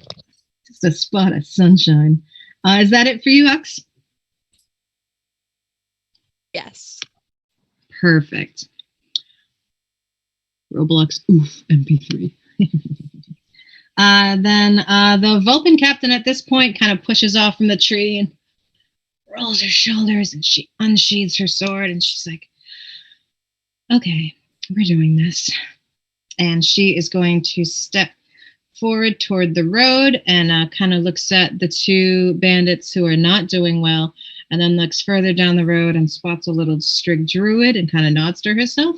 And she's going to walk at a slow yet intimidating rate toward Cobry. But she's going to do it slow enough that it seems like she may be readying her action and not yet taking it. Hey, that's already in action. Can I take my reaction to cast my spell? You can. I will cast Entangle. So this will put Grasping Weeds and Vines in a 20-foot square. So I'm going to kind of put that like with her just to the edge, with most of it kind of being between me and her. Okay. And so a creature in the area when you cast the spell must succeed on a strength saving throw against my spell DC of 13. Let's find her strength. Okay. Shimmy, shimmy, shimmy. 14. Yep, so she saves. Okay. It is still rough terrain between me and Got her, it. so it is harder to get through. What just passed in front of your camera? Like a dark shadow just went by. This one, You have one too. Excellent. she's been rolling dice like all night. Quick, Athreos, come here. Our co-host. She's not going to do it if I try and point the camera, of course. So Pet show and tell. she's doing like the slow, determined sort of like Terminator walk towards you, and then kind of pauses as ones like snake up and sort of try to grasp her from the arms and legs, and she just rips them free with a cute, and continues walking forward, but even more slow and yet more intimidating, but also a little bit stumbly. But somehow she's still graceful. It's a thing. Ike. Okay. I'm gonna try and shoot her now. I'm just gonna be like, all right. Well, I think Huxley and Sirius got. I think they got that situation pretty well handled over on the left over there. So let's pivot over this way, and let's see. And I just I wouldn't have any sort of advantage trying to shoot her in the back, would I? From a tree? You know what? She's moving slow. So yeah. Sick. She's not serpentine. All right, one of those was a 1, so that's good for me. So it's a 14. That is her armor class. Ah! So you do shoot. Lovely. All right. All right. So Roll your damage. get some sneak attack in there. Is 9 damage. Ooh, dang, son. All right. She takes the hit back, right, kind of under the shoulder blade, like, and like, and sort of like gives one last look toward Cobry, like, small fry, and kind of turns around and looks back up into the tree. She's gonna pull out her own bow and fire right back in. Her held action was to use her bow as soon as she was done looking intimidating. I see you've played Knifey Spoony game before. That's a 14. Ooh, okay, let's see. Yeah, same deal. Meets it beats it. Hey! So that is, let's see, her bow damage is, I'd written all this down earlier on a different piece of paper and then lost it. Is it a longbow or a so short much in bow? common. You should be friends. It's a short bow, so it is +2, so it's 6. It's not ideal, but I I have no choice. Okay. That's going to finish her. Do you want to do any bonus action? Or you also still have move. Oh yeah, That's I the still tree. have move, I guess. Natural for a bird, so.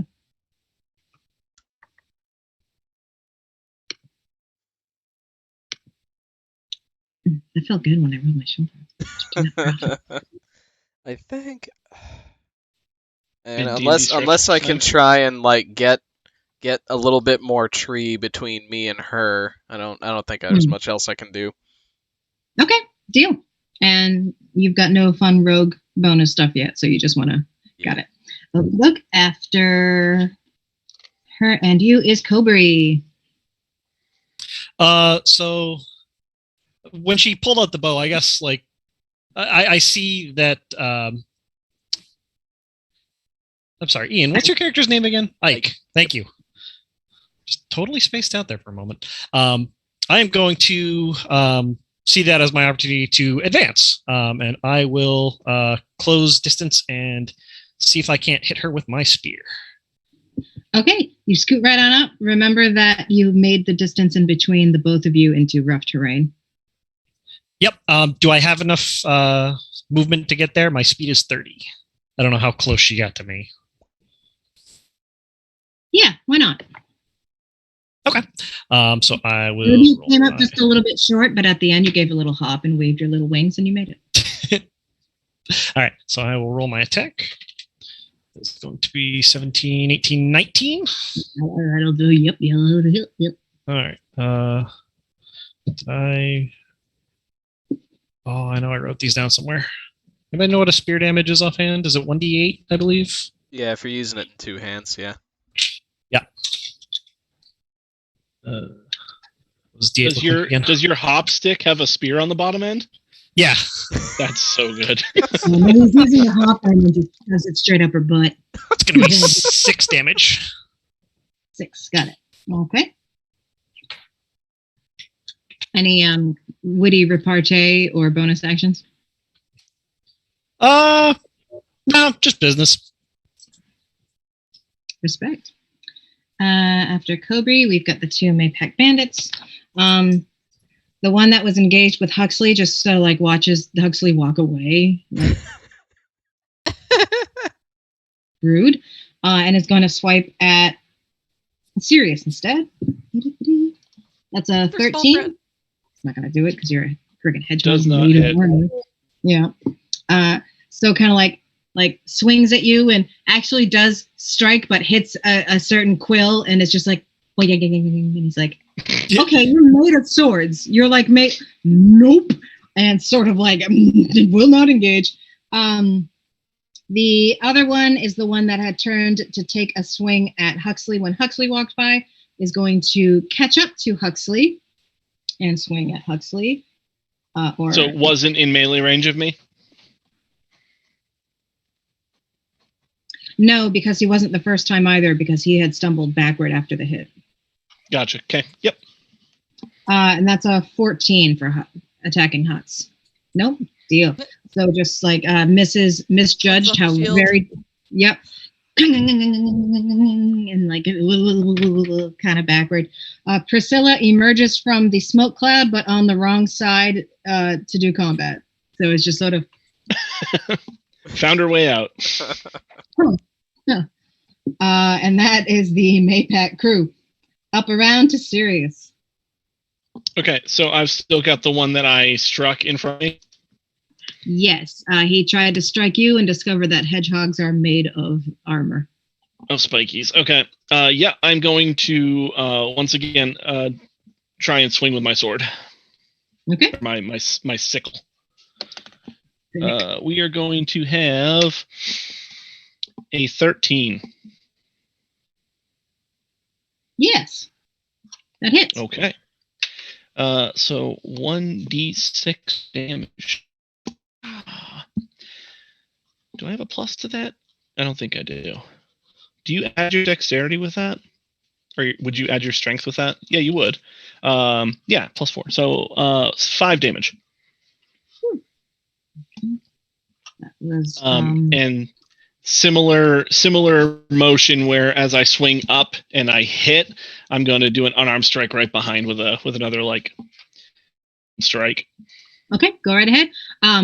Even before this is the one with the snout that you broke earlier. Even before Bloody nose, yeah. As you're coming up into this bonus hit, he's looking very much like maybe he doesn't want to do this anymore. But here comes your fist. Okay. 17. Oh no! All right. You get slow motion. He's coming like no. This one's only a 1. You're right before you connect to his face. You just go, ding, and takes it right between the eyes, and his eyes roll up in the back of the head, and he falls on his ass, and then he just kind of like lays down like, I'm dead. I'm done now. Please stop. Please stop. So I'm gonna take him out of the thicket. I'll yell over to Hux. You seeing this? I sure am, buddy. And with my movement, I'd like to rush up to the one that tried to chase after Hux and get right behind him. There's a big cluster of people over here now. Squishies are small, but they're all real big when they're smushed together on my tiny map. We're so much stronger together. You really are. You're so squishy. Serious son, we're coming down. It's Huxley's turn. All right. Okay. So, I again am being very encouraging to my hedgehog friend, and let's see. We're gonna. You are so encouraging, in fact, that if you wanted that, I'm just deciding it now. Whenever you have inspiration, you can hand it off to someone else at will. Whoa. Okay. All right. So yeah, actually, I will do that. Like, I'm just gonna like just do the smile and just hey, and hand it to and Sirius now feels inspired. Cool. You can go ahead and add that to your character sheet. Call it something fun, like really supportive guy, or like. Thanks, Dad. Supportive guy bonus. Energy. I don't know. Just that's something you can do now because you're essentially doing it anyway. Love it. Yes, I gotta write that down because supportive guy. Now I'm gonna find this note like a year later and be like, supportive guy, huh? Yeah. Why did I give that a whole page in my notebook? All right, so yes, me, the supportive guy. I will. I'm gonna unleash my longsword upon this scholar boy in front of me. The scholar boy is taking a nap. Yeah. Oh, the other guy. Okay, his brother. Yeah, bigger boy. We're calling him Bigger Bro Bandit. Bigger Bro Bandit. All right. Yeah. Let's see. 3B, if you will. Yes, my longsword. Let's see. Okay, I'll be doing a D8 with this because I have a shield. If it hits, that is going to be a 17 to hit. Certainly does. I did it. Let me select the correct dice.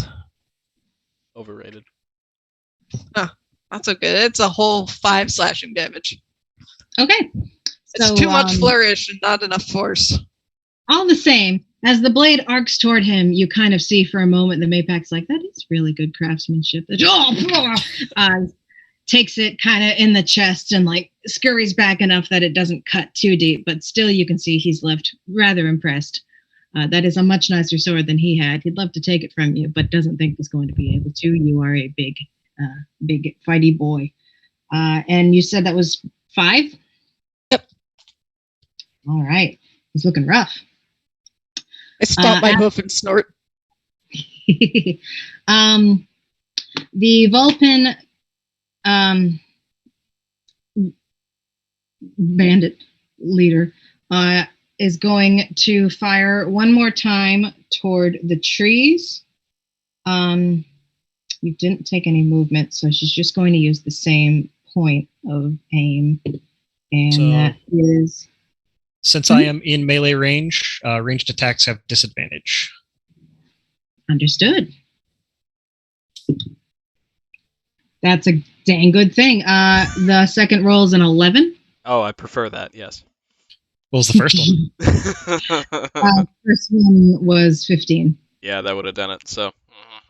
So, and she kind of hears no, like, ow. So she guesses and kind of like looks over and sees that her bandit boys are just not doing great, and kind of like glances back at, like, I'm gonna poke you with this freaking spear again.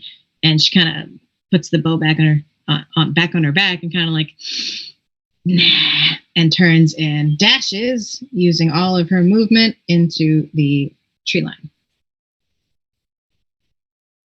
Neither of you are in melee, so there's no incurred attack of opportunity. So she's going to use all her movement, and I will put her. I was. You were, because you I forgot, after the spell you used a thingamabooby. When you that disadvantage on attacks, that's not a reaction, that's just something weird about you? It's just harder to shoot ranged weapons when somebody has a weapon near you. Got it. Thank you. Yep. That makes sense. So I will actually take that attack of opportunity if you'll allow me. Dozo. What? 12, 13, 14. That's our AC. Perfect. Let's roll the... I keep putting my D8 away. Why do I do this to myself? Masochism. That's an 8. Max damage. That hurts her. She hisses, says something children should not hear, and continues dashing. Like Santa's reindeer. Fucking rhymed. How do you like that? Next up is Ike. Okay, so who can I see at this point? Like, who's still in it? You can see Cobry. You can see Priscilla has wandered out of the smoke and is rethinking life. And then you can see on the other side of the smoke, there's a big pile on this one poor remaining dude who is looking real rough. Right. Actually, if I can, he's got Sirius right in front of him, Huxley kind of on the side. So you two could honestly take flanking advantage next time you have a go, if you have a go, if Ike doesn't just murder everyone at this point. Sure. But yeah, you can see that one. I think what I'm gonna do is, if I can, I'd like to, with my glidey wings, I'd like to swoop down into that fog cloud. Mm-hmm. Keeping note of where Priscilla is. Okay, Batman, sure. Yeah, exactly. And then I want to burst out of that fog cloud and just try and scare the shit out of her. This is what you signed up for, Jeff. This is what's going to happen all the time. It's your choice, either performance or charisma. Let's see. Spell. Actually, that ends up being the same. So yeah. Yeah, let's performance this. So yeah, just glide in, just disappear into the cloud. I'll give you advantage because it's Batman. Oh, sick. All right. And it's the same number on both dice. So that is a 9 to burst out of the cloud as scary as I can. So you do glide and you do burst out of the cloud, and it is extremely startling, but not as dramatic as you hoped, because you sucked in a big lungful of onion air, and you're like, whoa, oh, shit. And she's like, no. She's also gonna just turn and run. Like, she's probably resigning from the bandit life. This has been the worst day she's had in a long time. So nope, not facing Batman. And if that ends you, then we're on Cobry. Cobry, you are here. You are on this side. You could chase down Priscilla if you so wanted, although she does look like she's like, no, and kind of You've lost sight on Frey, but you have the movement if you wanted to give chase and chase down a fox lady. Or you could skirt around the fog cloud, or you can chill with Ike. I don't think we're something? really looking to. I think I'll just move forward a bit, kind of like the direction the Vulpin move, but I'm not like dashing that way. Okay. So sort of like taking just a couple steps. The half-hearted chase. Yeah, that's right. Yeah. Stay on. No real action. I guess I'll take the dodge action just in case somebody that I don't see tries to attack me. But okay, defensive stance. Yep. Got it. Yep. That just brings us to the last Maypack standing. Bigger Bro Bandit watched his leader run away, and then looks at the other one who's pretending to be dead, and then looks up at Huxley, and then kind of looks at Sirius, and she's like, "Okay, I'm done. Is that cool? Are you going to hit me again?" Am I next in initiative after that? After them, it would come up to you. Yes. Okay. I'm going to say, well, Huxley and I won't hit you. And then I'm going to grab him by the arms, and I'm going to look at the cat lady and be like, go ahead. What? Just give him a punch. It'll feel good. Just give him one. No, just give him one. No, really? You really should. Don't you think she should? And I'll look at him and ask him. She should, right? I mean, if she's got like a yeah, he agrees. Okay. No, yeah. All right. Okay. So have advantage on that. It's the same roll either way. She does have combat stats. Yeah, Chad agrees. This is happening. Yeah. An unarmed strike. She's got a +2 to gently paw. Not really half-hearted paw. I mean, it really did. They scared the heck out of her and tried to steal her stuff, but she's really not. She's not a vindictive kind of person. But before she strikes him, she's got a symbol on a leather thong that she wears around her neck, and she's kind of like, "It's up to you," and kind of like bap, just like kitten bap, and. Oh, cards are coming out. And he is utterly demoralized. I think he already was. I mean, it's all and gone. at that, I'll like take him by the shoulders and I'll spin him and I'll like push him towards his friend who's on the ground and be like, "Go get your friend. Get out of here." He's crying at this point. I just nothing to say.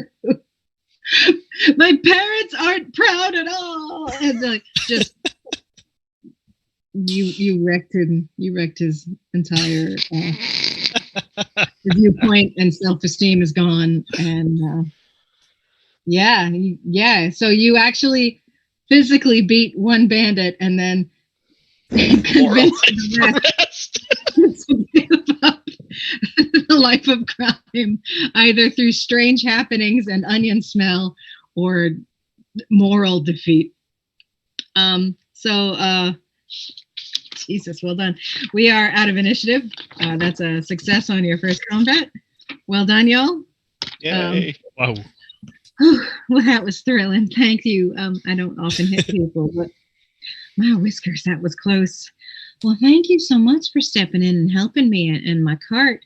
My name's Penny. I was making my way up toward Alderheart by way of the Winnowin Reach, because this is really the only road. Gosh. Jeez. You guys, do you want to escort me the rest of the way? It really would come in handy. We work. I mean, where are you going? You're going to Alderheart, you said? Yeah, my sister and I, we have a store there. but we do deliveries, and that's me. So sometimes I'll just take some of the more common items or maybe some of the rare items that we found, and I'll just do the circuit and visit all the different towns out on the further reaches to see who wants to buy. Sometimes folk can't make it all the way out to us, and it's nice to get a little bit extra coin every now and then. And she can't travel all that well. She stays at Elderheart to man the store, and I do the traveling. It's never been this bad. This is real bad. Yeah, that's where we're going. So I mean, I'll look at everybody else and be like, I don't mind walking with you. Really? Oh, bless your heart. That's awesome. Oh man. What's all your oh my god, you saved my dang life. I don't even know your names. Who are you? Does she look injured or anything? Like, is she dusty, rumpled, one of her whiskers is bent. That's about it. Nothing a good groom won't fix. Mm-hmm, mm-hmm. Oh, she also starts putting things back in the bags and the boxes that were as she talks.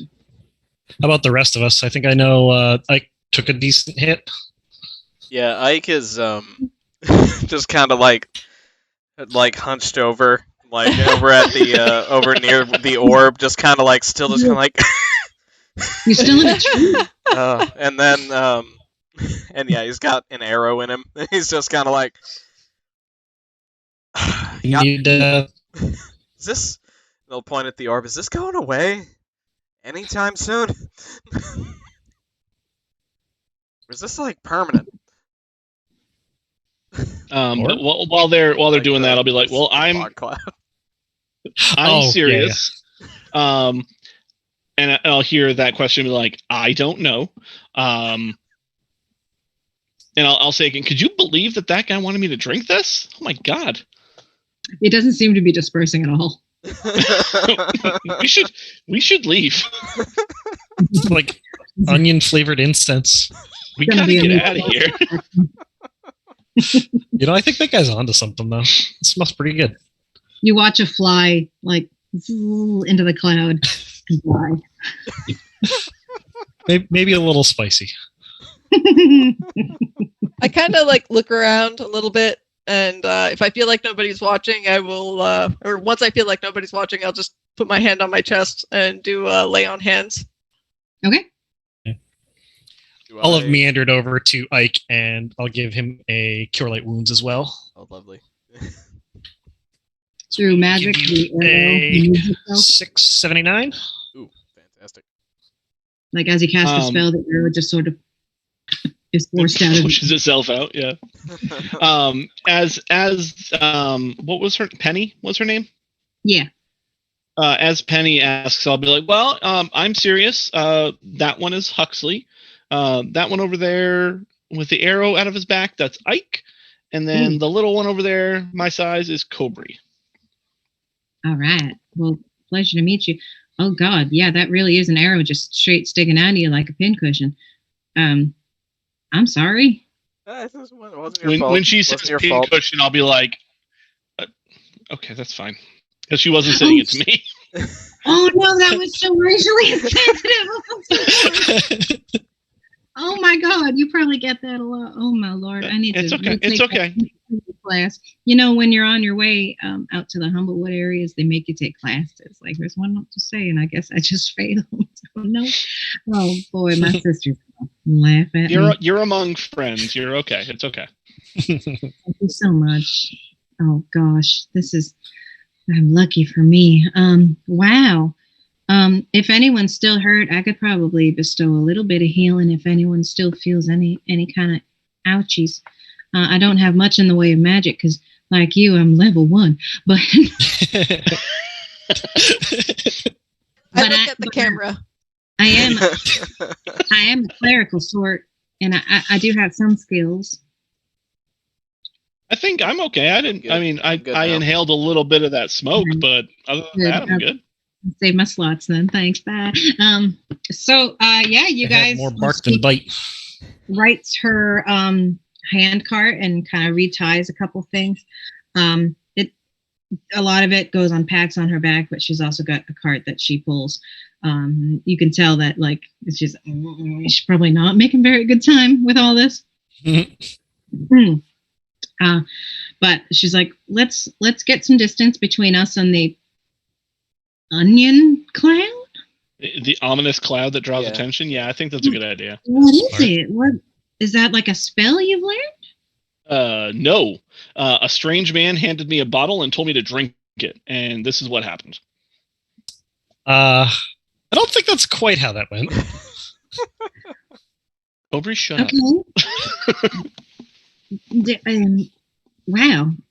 Do you have more? Are they all? What? No.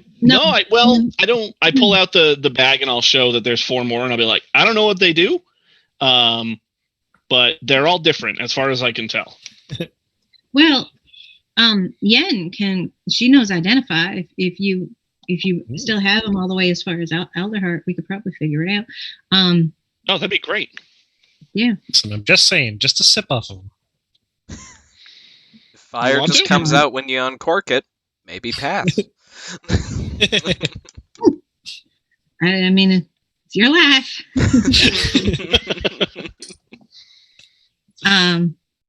You guys walk a bit. You get the cloud behind you. She does slow you down. I'm once again trying to help push the cart, and I know that I'm not doing anything useful. Well, like she really needs the help. To that, I'll be like, if could probably make a little bit better time if we had like a big, strong, antlered person. Somebody who's big and strong. Probably huff that cart along. Any of you know anyone that's big? Yeah. Do you know anyone? I don't know why I brought it up. Maybe like a servant. Yeah, if you've got a servant would be great. Ideas, you need to follow them up with something. You can't just bring it up and then not have a follow-up. I hate to assume, though. I mean, maybe he's got a bad back or is allergic to hand carts or physical labor. I don't know. You never know. It's fine. You guys saved my life. I'm not going to demand that anyone take pity on a tiny little cat girl who's trying to make a living grabbing her hand part down the road and slowing you down every step of the way. You do you. It's your life.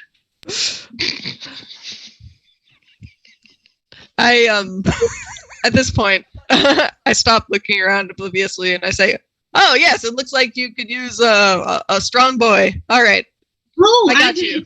Yes, thank you for noticing. I found one, guys. Sweet. I found one. Good work. Good work. Well done. Teamwork, baby. She looks at you. Great. You walk far enough to get the cloud behind you. It is still a bit away from the winnowing reach. This landscape, it's dull. It's one road. There's trees on either side. Ooh. That's about it. It's like traveling up through northern Maine. Yep. Pretty much. You can still kind of just barely see the swamplands that are to the south. They would be on your right, but as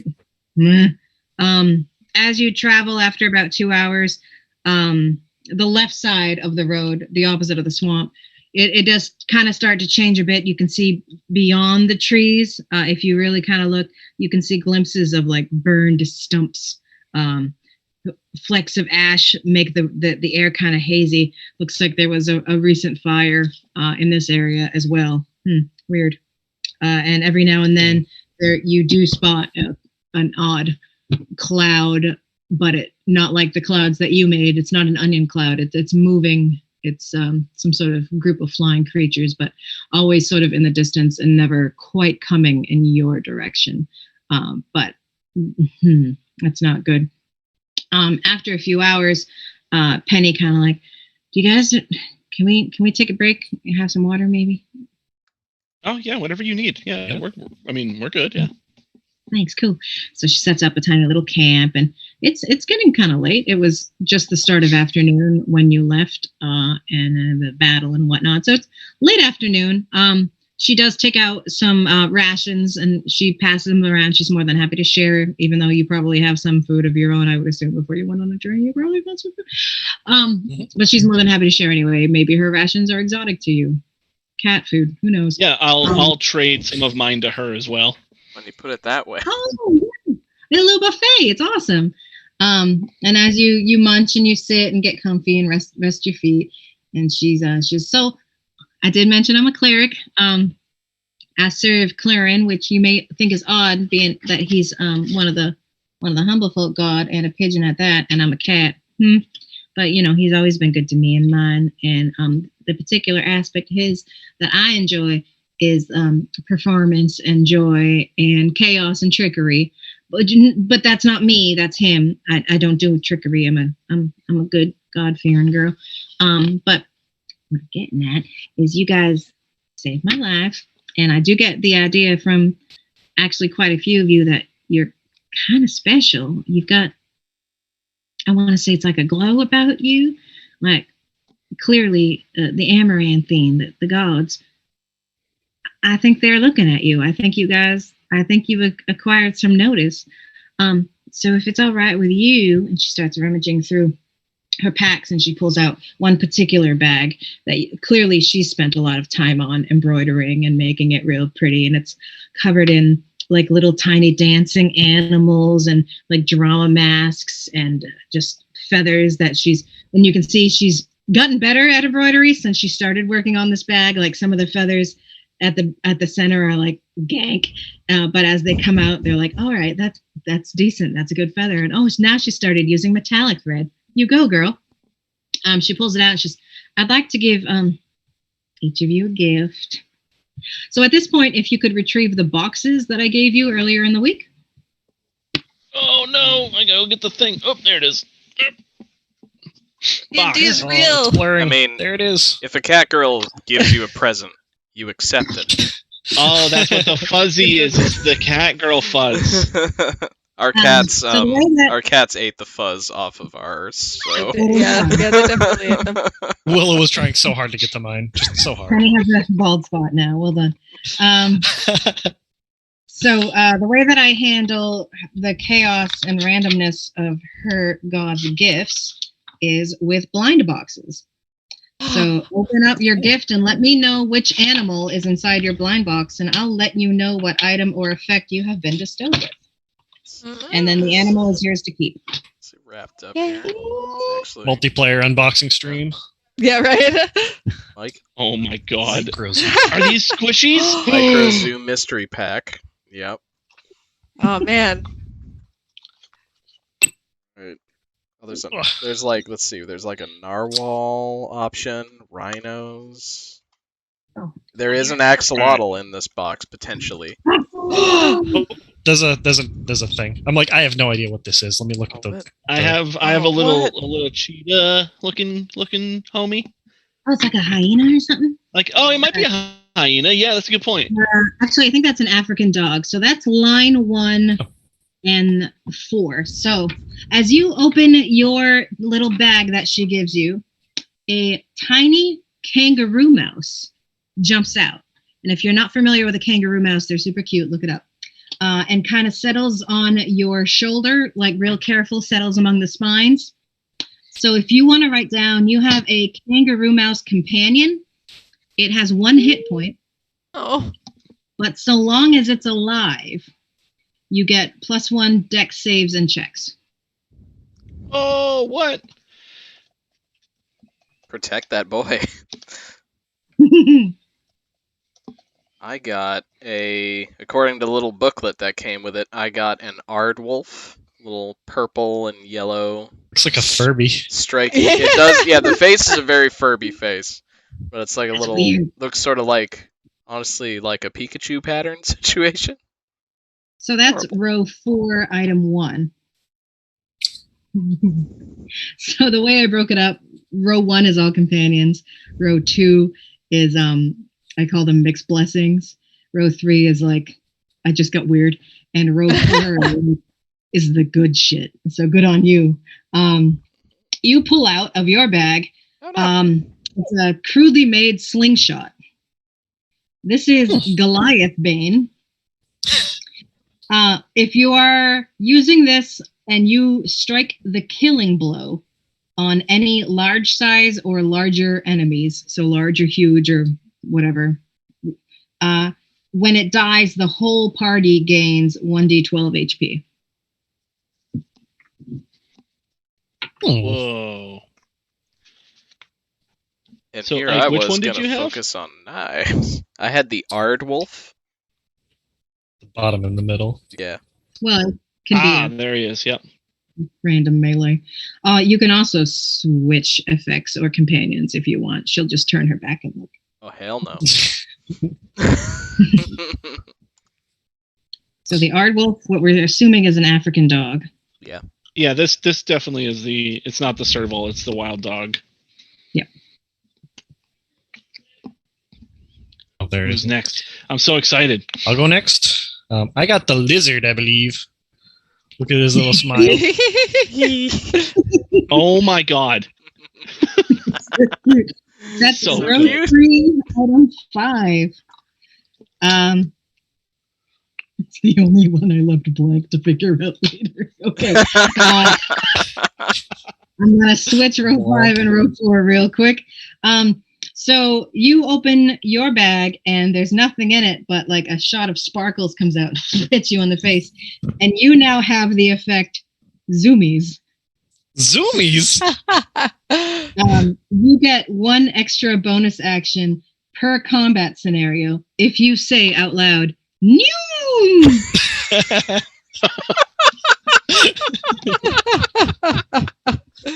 Okay. All right, and then Arc. This tiny book tells me that I have I've got the Gannett.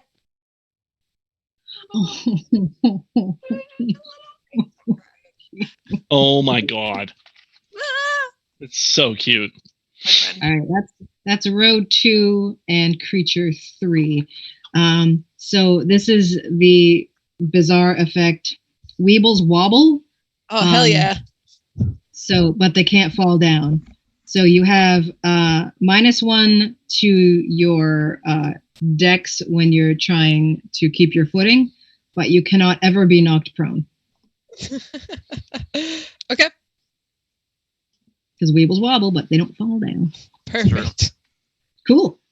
I'm gonna mark these as, so we got the kangaroo mouse, we got Weebles wobble, we got zoomies, and we got the Goliath's bane. Awesome, great. And she just kind of like claps.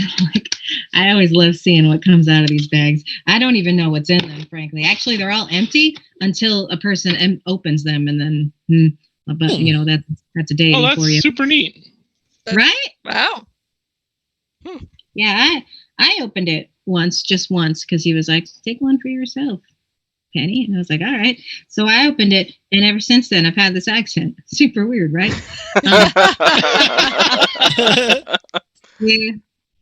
But I have been getting better deals on things at stores ever since. So thanks, I guess. I don't know.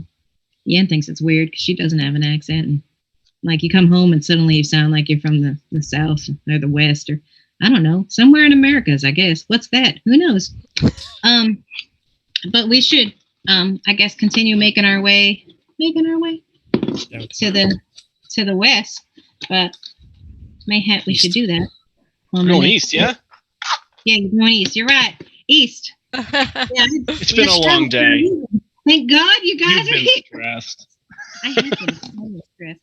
But yeah, we should be able to reach the Winnowin Reach after another couple hours. So I guess we'll look forward to that in the next session. She said, looking at the camera. Well, okay Thanks, then. guys. Yeah, We survived the first session. we did it. You did. You changed the lives of a couple not well-intentioned bandits. They have different feelings now. They'll be okay. And We should you put them on the met right Paul. path. Good job, everybody. Yeah. And we got presents. So these little booklets have facts about the animals we got. Ooh, tell And me. Yeah. the fun fact here is I hiccup to my babies to communicate with them from far away. Okay. All right. Wait, what? does this say Where do you about see that? mine?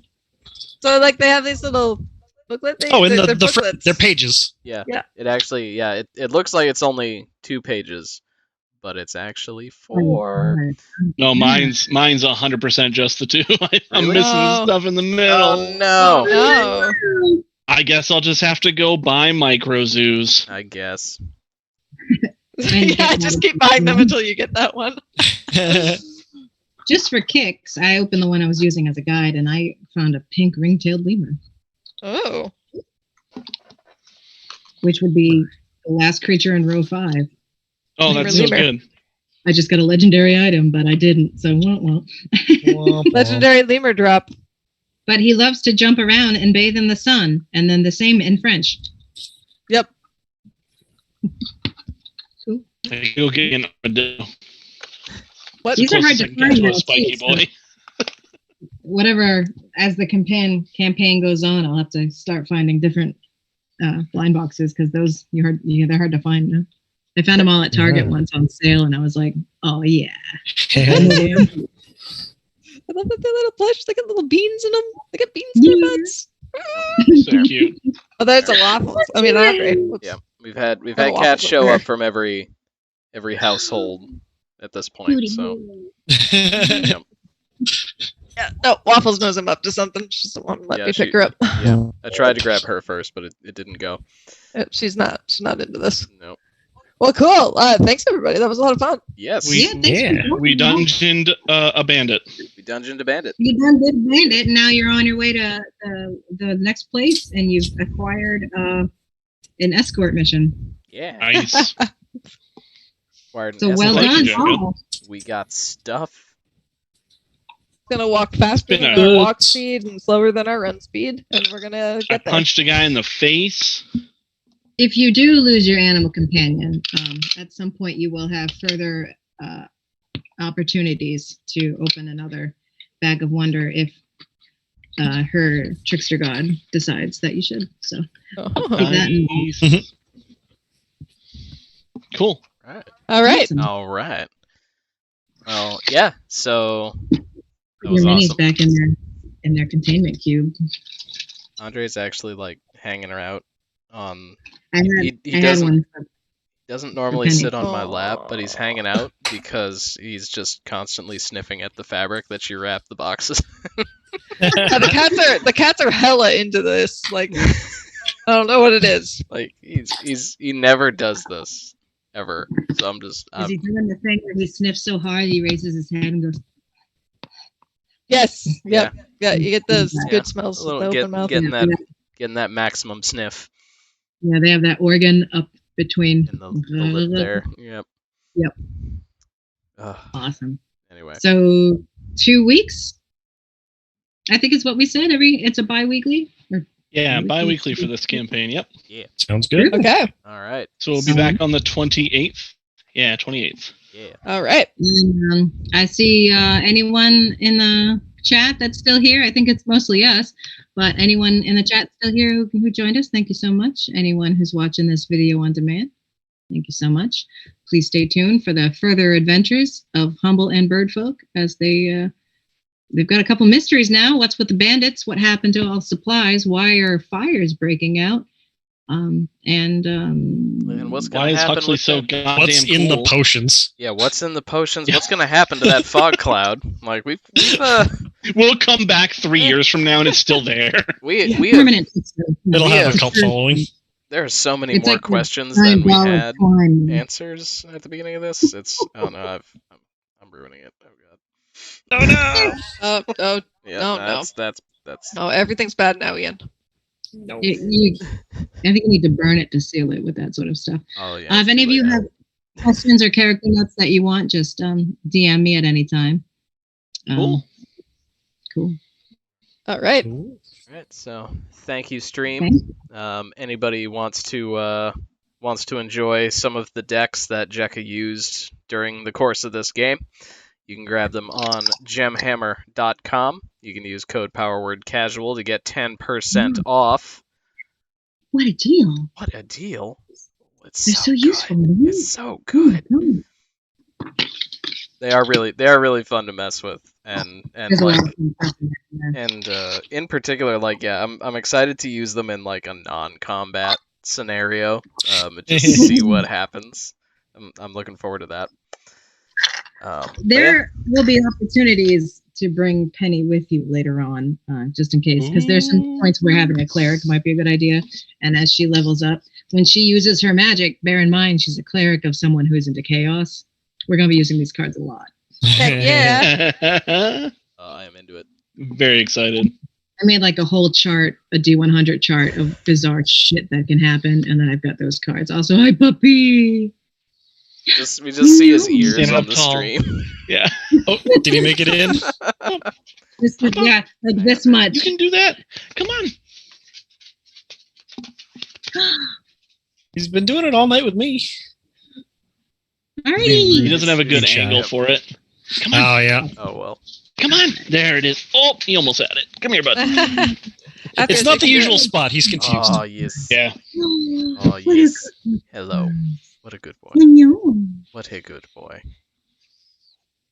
With that, My foster kittens suddenly decided they love me, and they were all over me before I came online tonight. So, if you want to be a hero in your own life, foster with your local animal shelter. It's the best way to help without actually giving them money, and they'll supply the pet, the food, the supplies, the litter, anything you need. Dang. Contact the shelter today. you just get a almost constant rotating supply of adorable animals. What's not to My like? life is pretty good. But All right. Cool. that's what we got stream. So thank you for watching, and we will see you guys on Monday for our other D&D game. Or D&D. And otherwise, hope everybody has a nice night and a nice time. Good night. Bye.